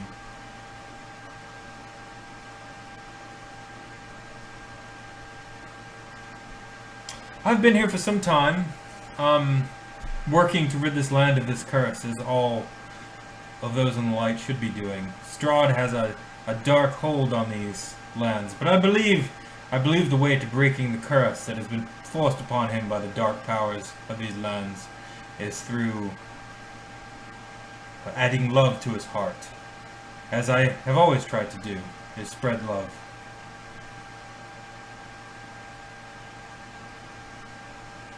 I am not, but I believe there is one that might bring him the love and peace that could set his dark heart at rest. Not you, my pretty. It's not, definitely not you. That's a project I'd been working on for some time.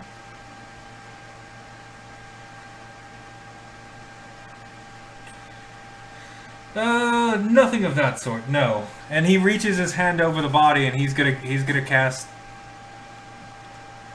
You grab his hand, and the burgomaster tries to grab your hand and just beg with you, please, please let him. And the abbot just turns at you and arches an eyebrow and says, Madam, your god has no sway here.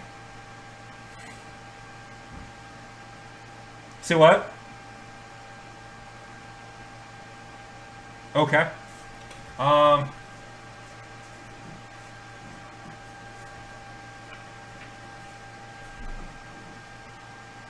I don't have to do this, and the abbot just kind of raises his hands. If he and the burgomaster's wife just starts crying, and she says, "No, you will bring my son back. We will get you a damn dress, whatever you need." And she starts pulling out a dagger. I mean, she is very adamant that this is going to happen.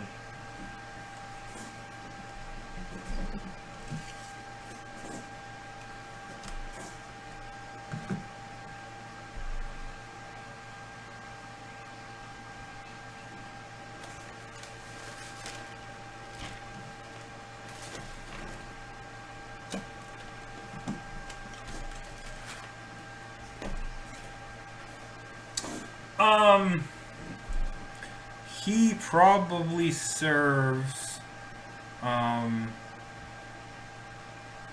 some variation of the Morning Lord and the other deities, and I can't remember the oh gosh, let me find it in the Dungeon Master manual. I'll tell you.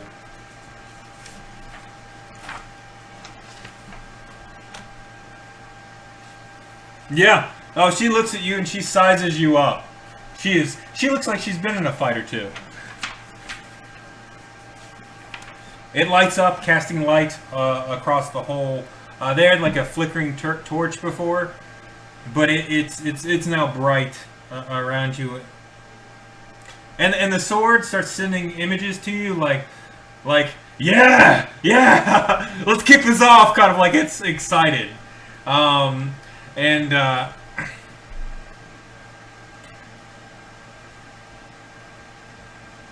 it doesn't do anything to him. It actually you see the abbot has perfectly smooth skin, and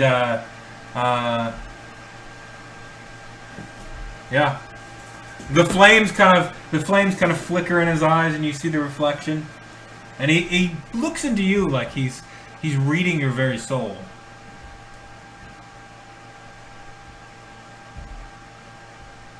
And he says, I believe this is not your first life here either, Miss Ireena.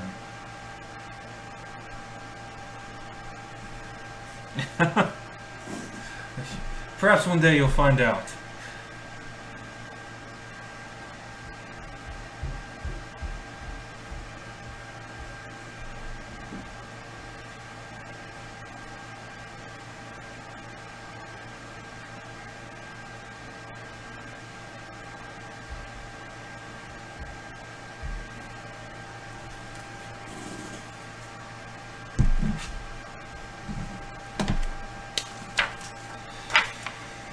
Running the game.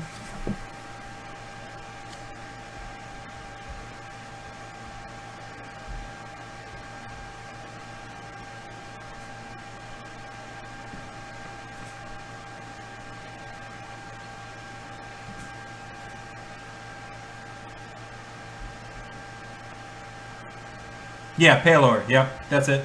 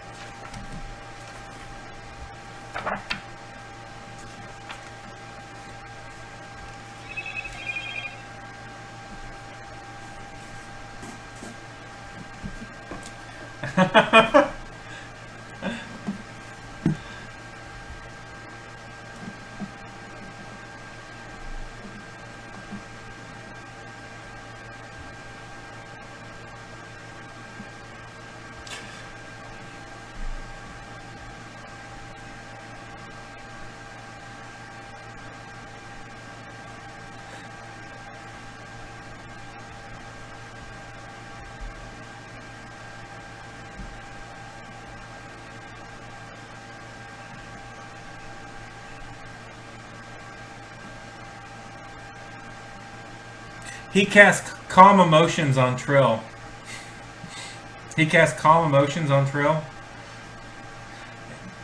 Roll me a will save.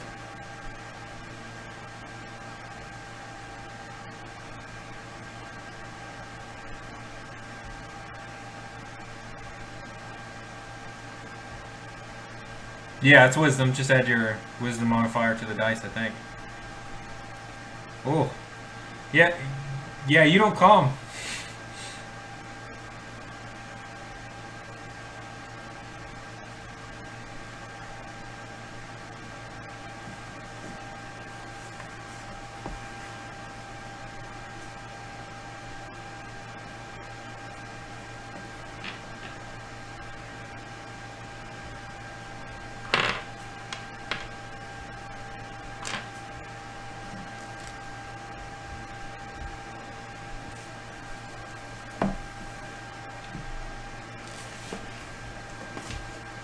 And he just lights up with that, even more light than the Sun Sword. And he just...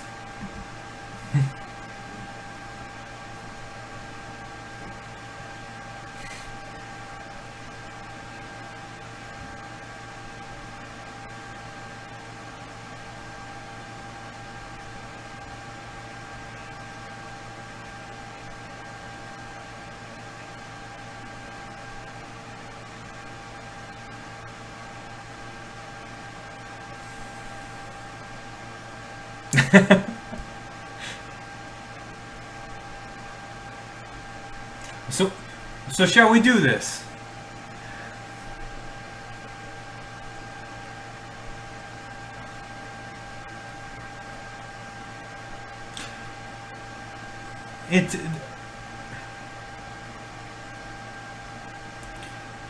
I've brought life to the dead before here.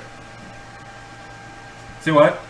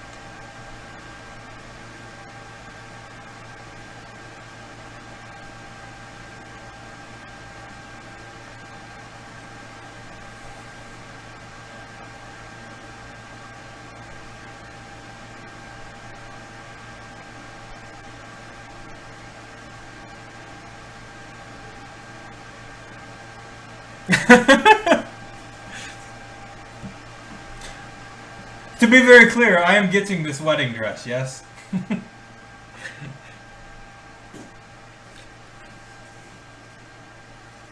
No, that was the abbot.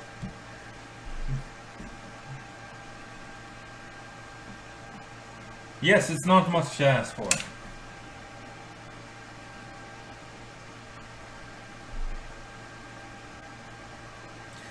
The soul is here. It's about.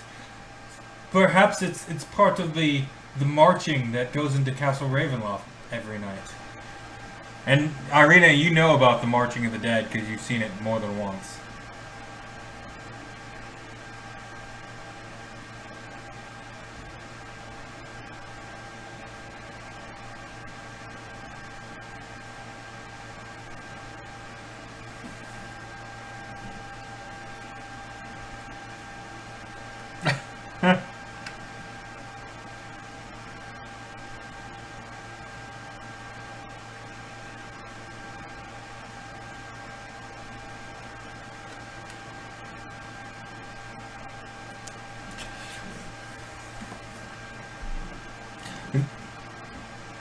The Baroness says, there's a woman in town, her name is Demira Yolensky. She is very close with child. If she has the child and my son's soul goes into it, like the abbot says, we will not be able to raise him.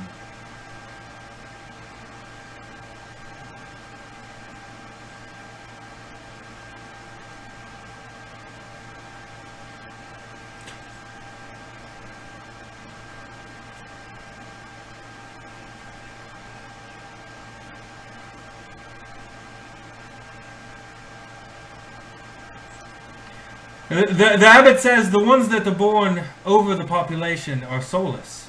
They have no emotions but fear, and they're without any depth or heart, much like Strahd himself.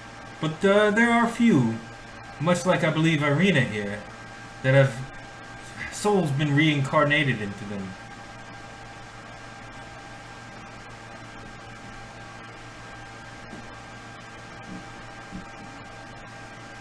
So what?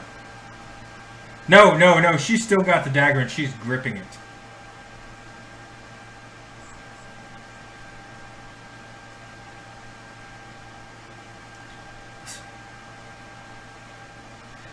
Yes, are we going to raise her or not, the abbot says, and he seems like he doesn't care either way, really, as long as he gets his dress.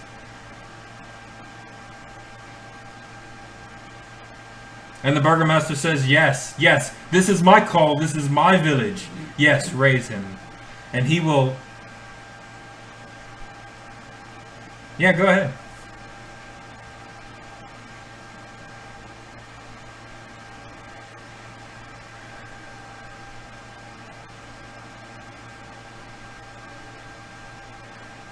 Yeah, you're inciting which one, the abbot or the burgomaster? The abbot seems very much like he will bring this kid back to life, and he believes he can do that.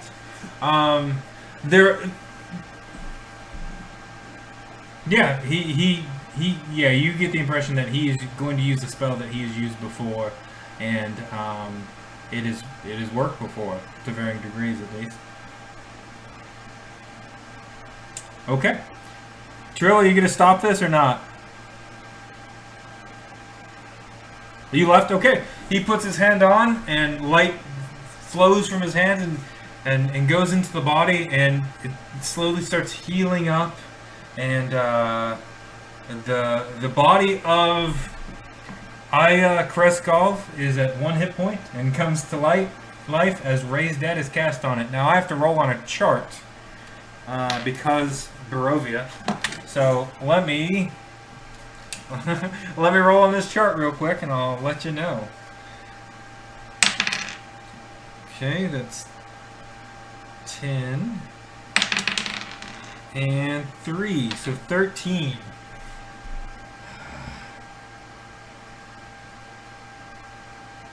Okay. The child wakes up and says, "Mother, Father, it was so and just is paralyzed. He's breathing, but he's paralyzed, and he's just stuck there." And the abbot wipes his hands and says, "There you have it.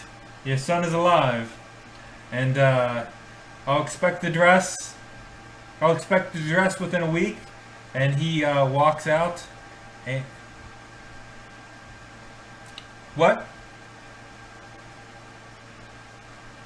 Oh, well, sometimes when you come back in Barovia in such a way, there are consequences, madness that takes you.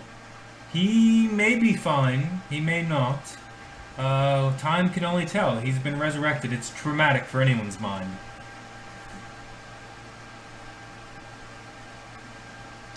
Perhaps. But I believe that's in the power of, a number of you to take care of without me. I have other matters to see to before Strahd arrives.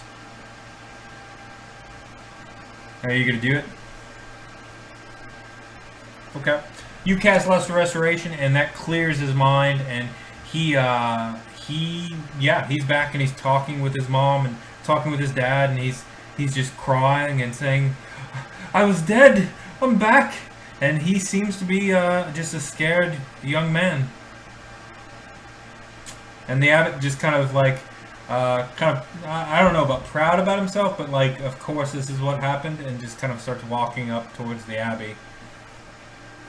And you see, which is kind of unusual, Ashton, he pulls out a bottle of wine from his robes and starts drinking it, like not out of a glass, but just straight from the bottle, and heading up towards the abbey. Okay. And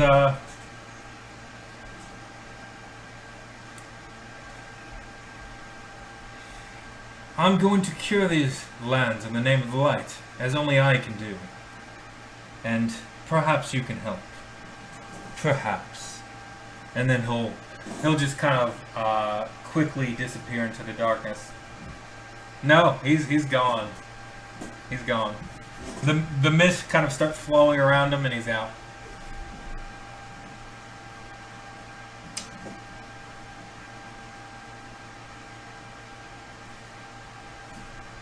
Yeah.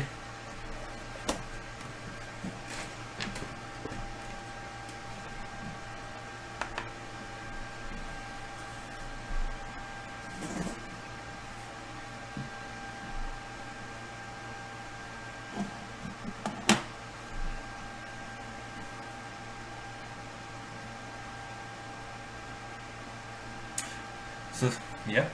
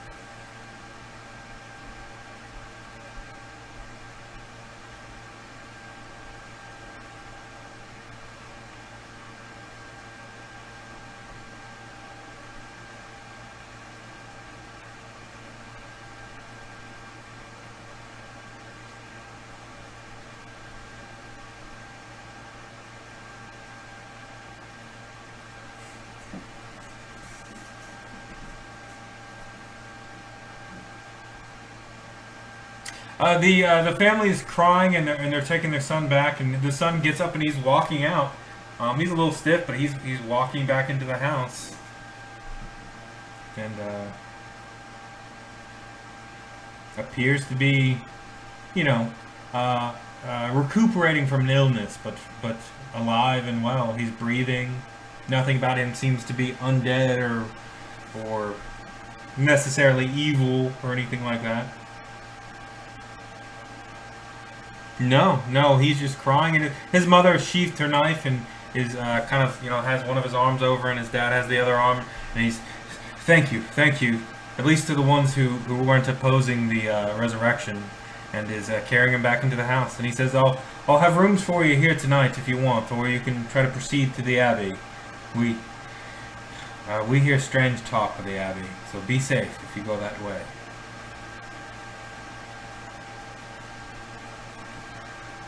The sword is just like, it's kind of disappointed that it didn't get to do anything. So you're getting like images of like utter disappointment coming from the sword.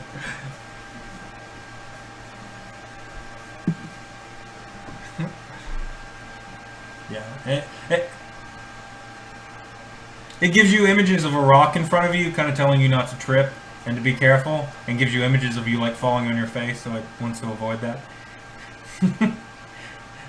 Yeah, it's kind of helpful. I mean, it's really looking out for you.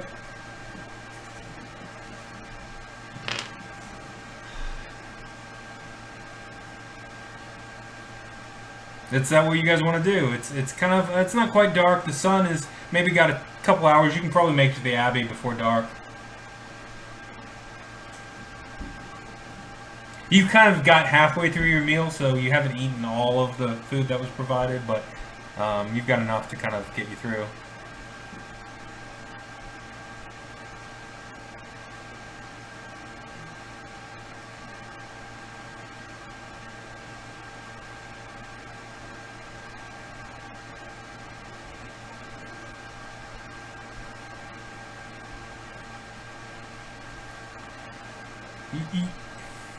You get the impression that Barovia does not work the way that it should, that nature intended. Barovia is a far cry from anything of the natural order.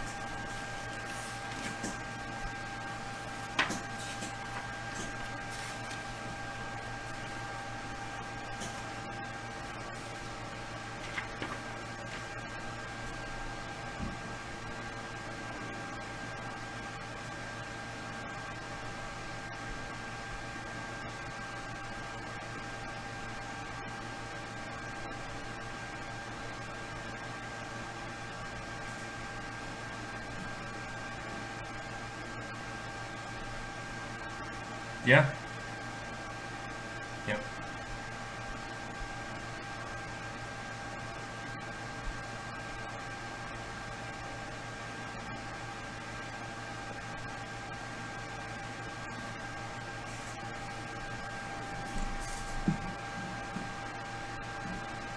Yep. Yep.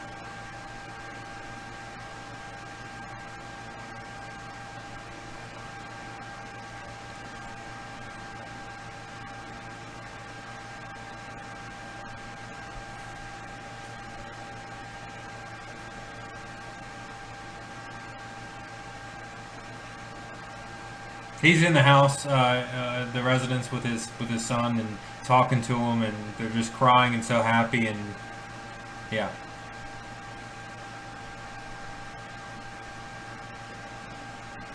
No, not to my knowledge, no. No. I've heard tell of a mad wizard in the mountains, but beyond that, no.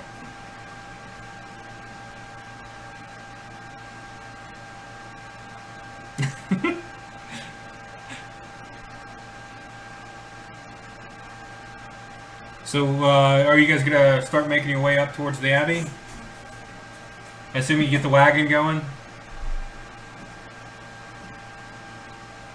Or are you gonna stay here for the night?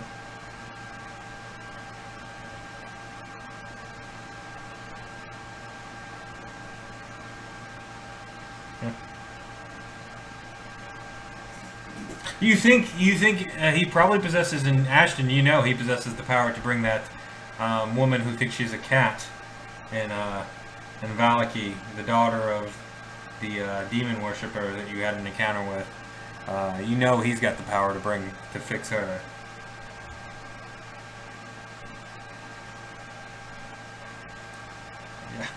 Yeah.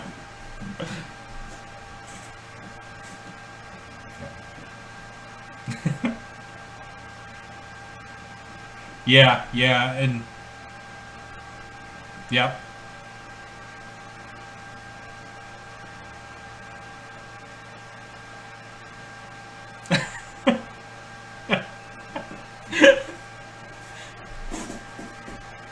Yeah. Yeah. Yeah. Yeah, things are going great in Valaki.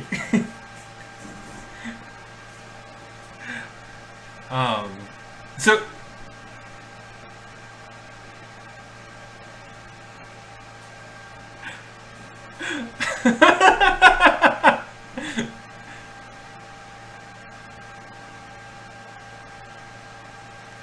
yeah.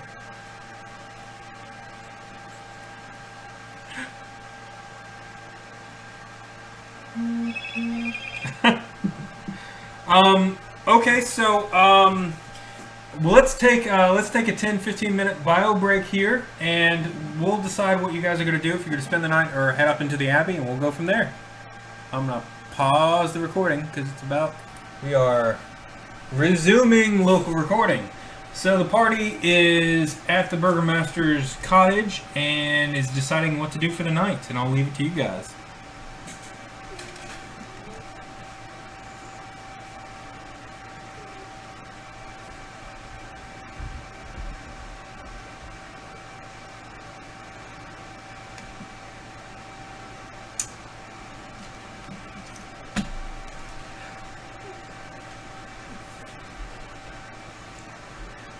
I mean, if there's someone who has, can you give me a dexterity check to modify some of the dresses and see if maybe you can come up with a wedding dress that matches the requirements?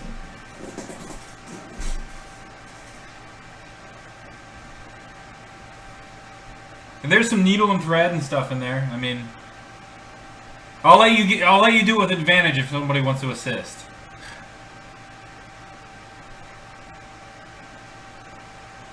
Yeah, you.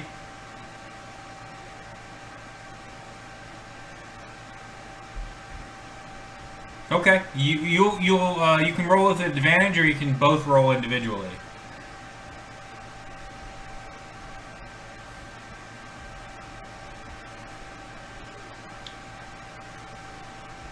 So Ireena and Syrdath go into the wagon and start working on a wedding dress.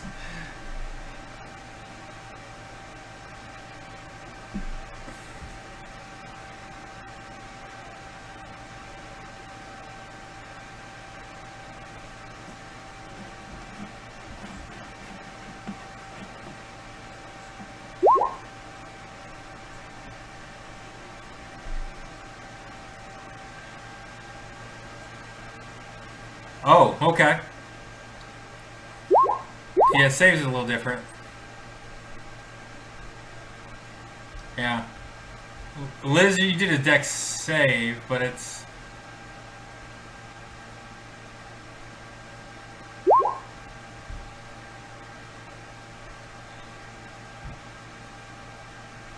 Yeah. Let's see. I mean, it looks like a wedding dress. It is rough. It's not one of the sleeves is a bit longer on one side, and it's not. I mean, it's white. It's a white dress. You know, I don't know that either of you would want to wear it. Like nobody would choose that in a window. Let's put it that way. Oh, was the 21? No, I gave you the 11. Yeah.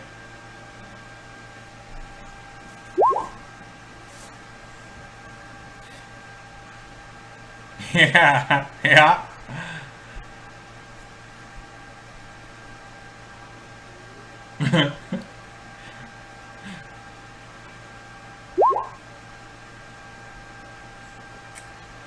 Okay.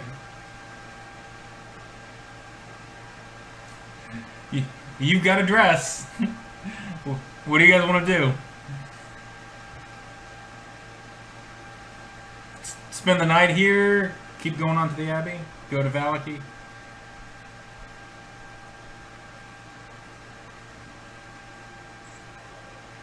I mean, I'll let you guys modify it. You've got needle and thread. You can keep cutting at it and seeing if you can get it right later. I'm just not gonna let you do it anymore today.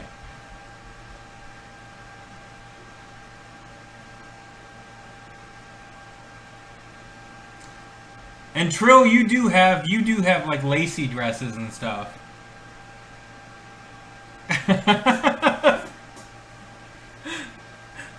Okay. So what are you guys doing? Abbey? Okay. So as you walk through the town, you pass a pool and a shrine. Even under the gray skies, the pool in the north end of the village shimmers and sparkles. Near its shore sits an old gazebo on the verge of collapse.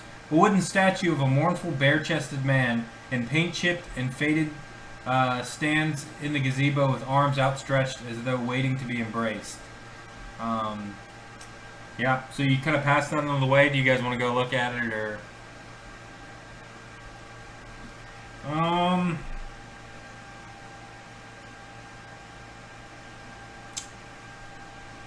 It's faintly glowing of not arcane magic, but some other magic. Probably some kind of religious blessing is upon it, or curse. You don't know.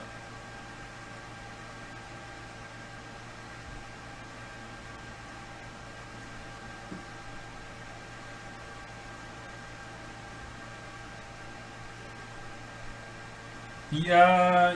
You looking at the statue, it appears to be the Morning Lord, positioned as if he's reaching towards the east, the dawn.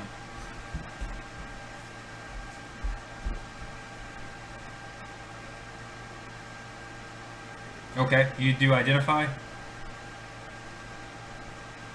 Yeah, 10 minutes later, after Marick kind of makes you guys wait and the wind's kind of blowing through here, it's a little cool. You recognize that this water is blessed with lesser restoration, so you think if you drank it, it'd be like casting lesser restoration on yourself.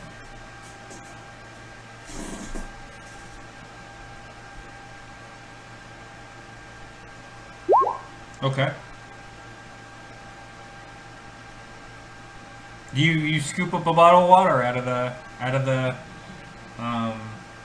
water in the pool. Yep, you've got it.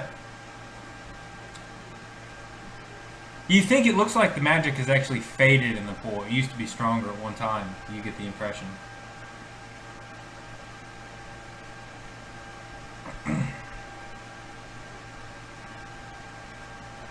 You can start pouring out alchemist fire, I guess.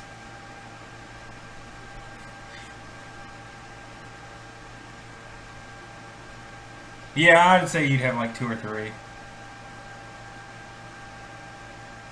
Okay, you've got three wine bottles full of water from the Shrine of the White Sun, and 1 little vial that Marick has. So that's 4 in total.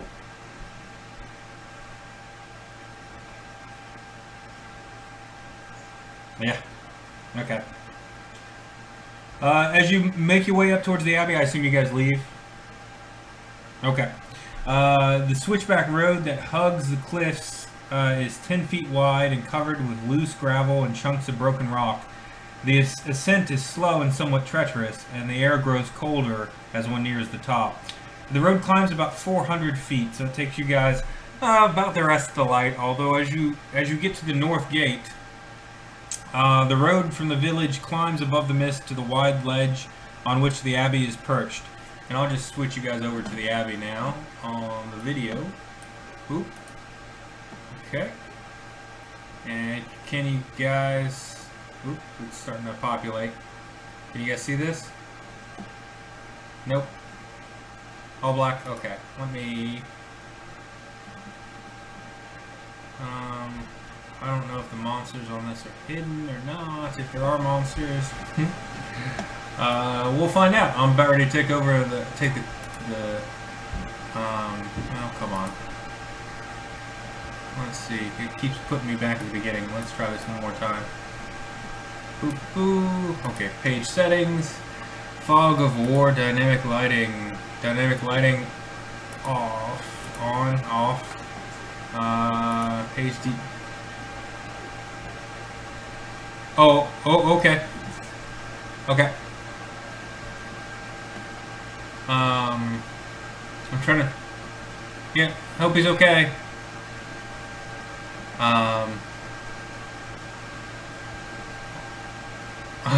Alright, well, let's...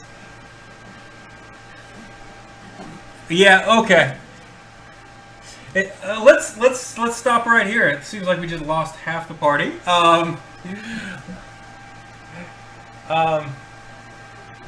Okay. Did you guys want to keep going?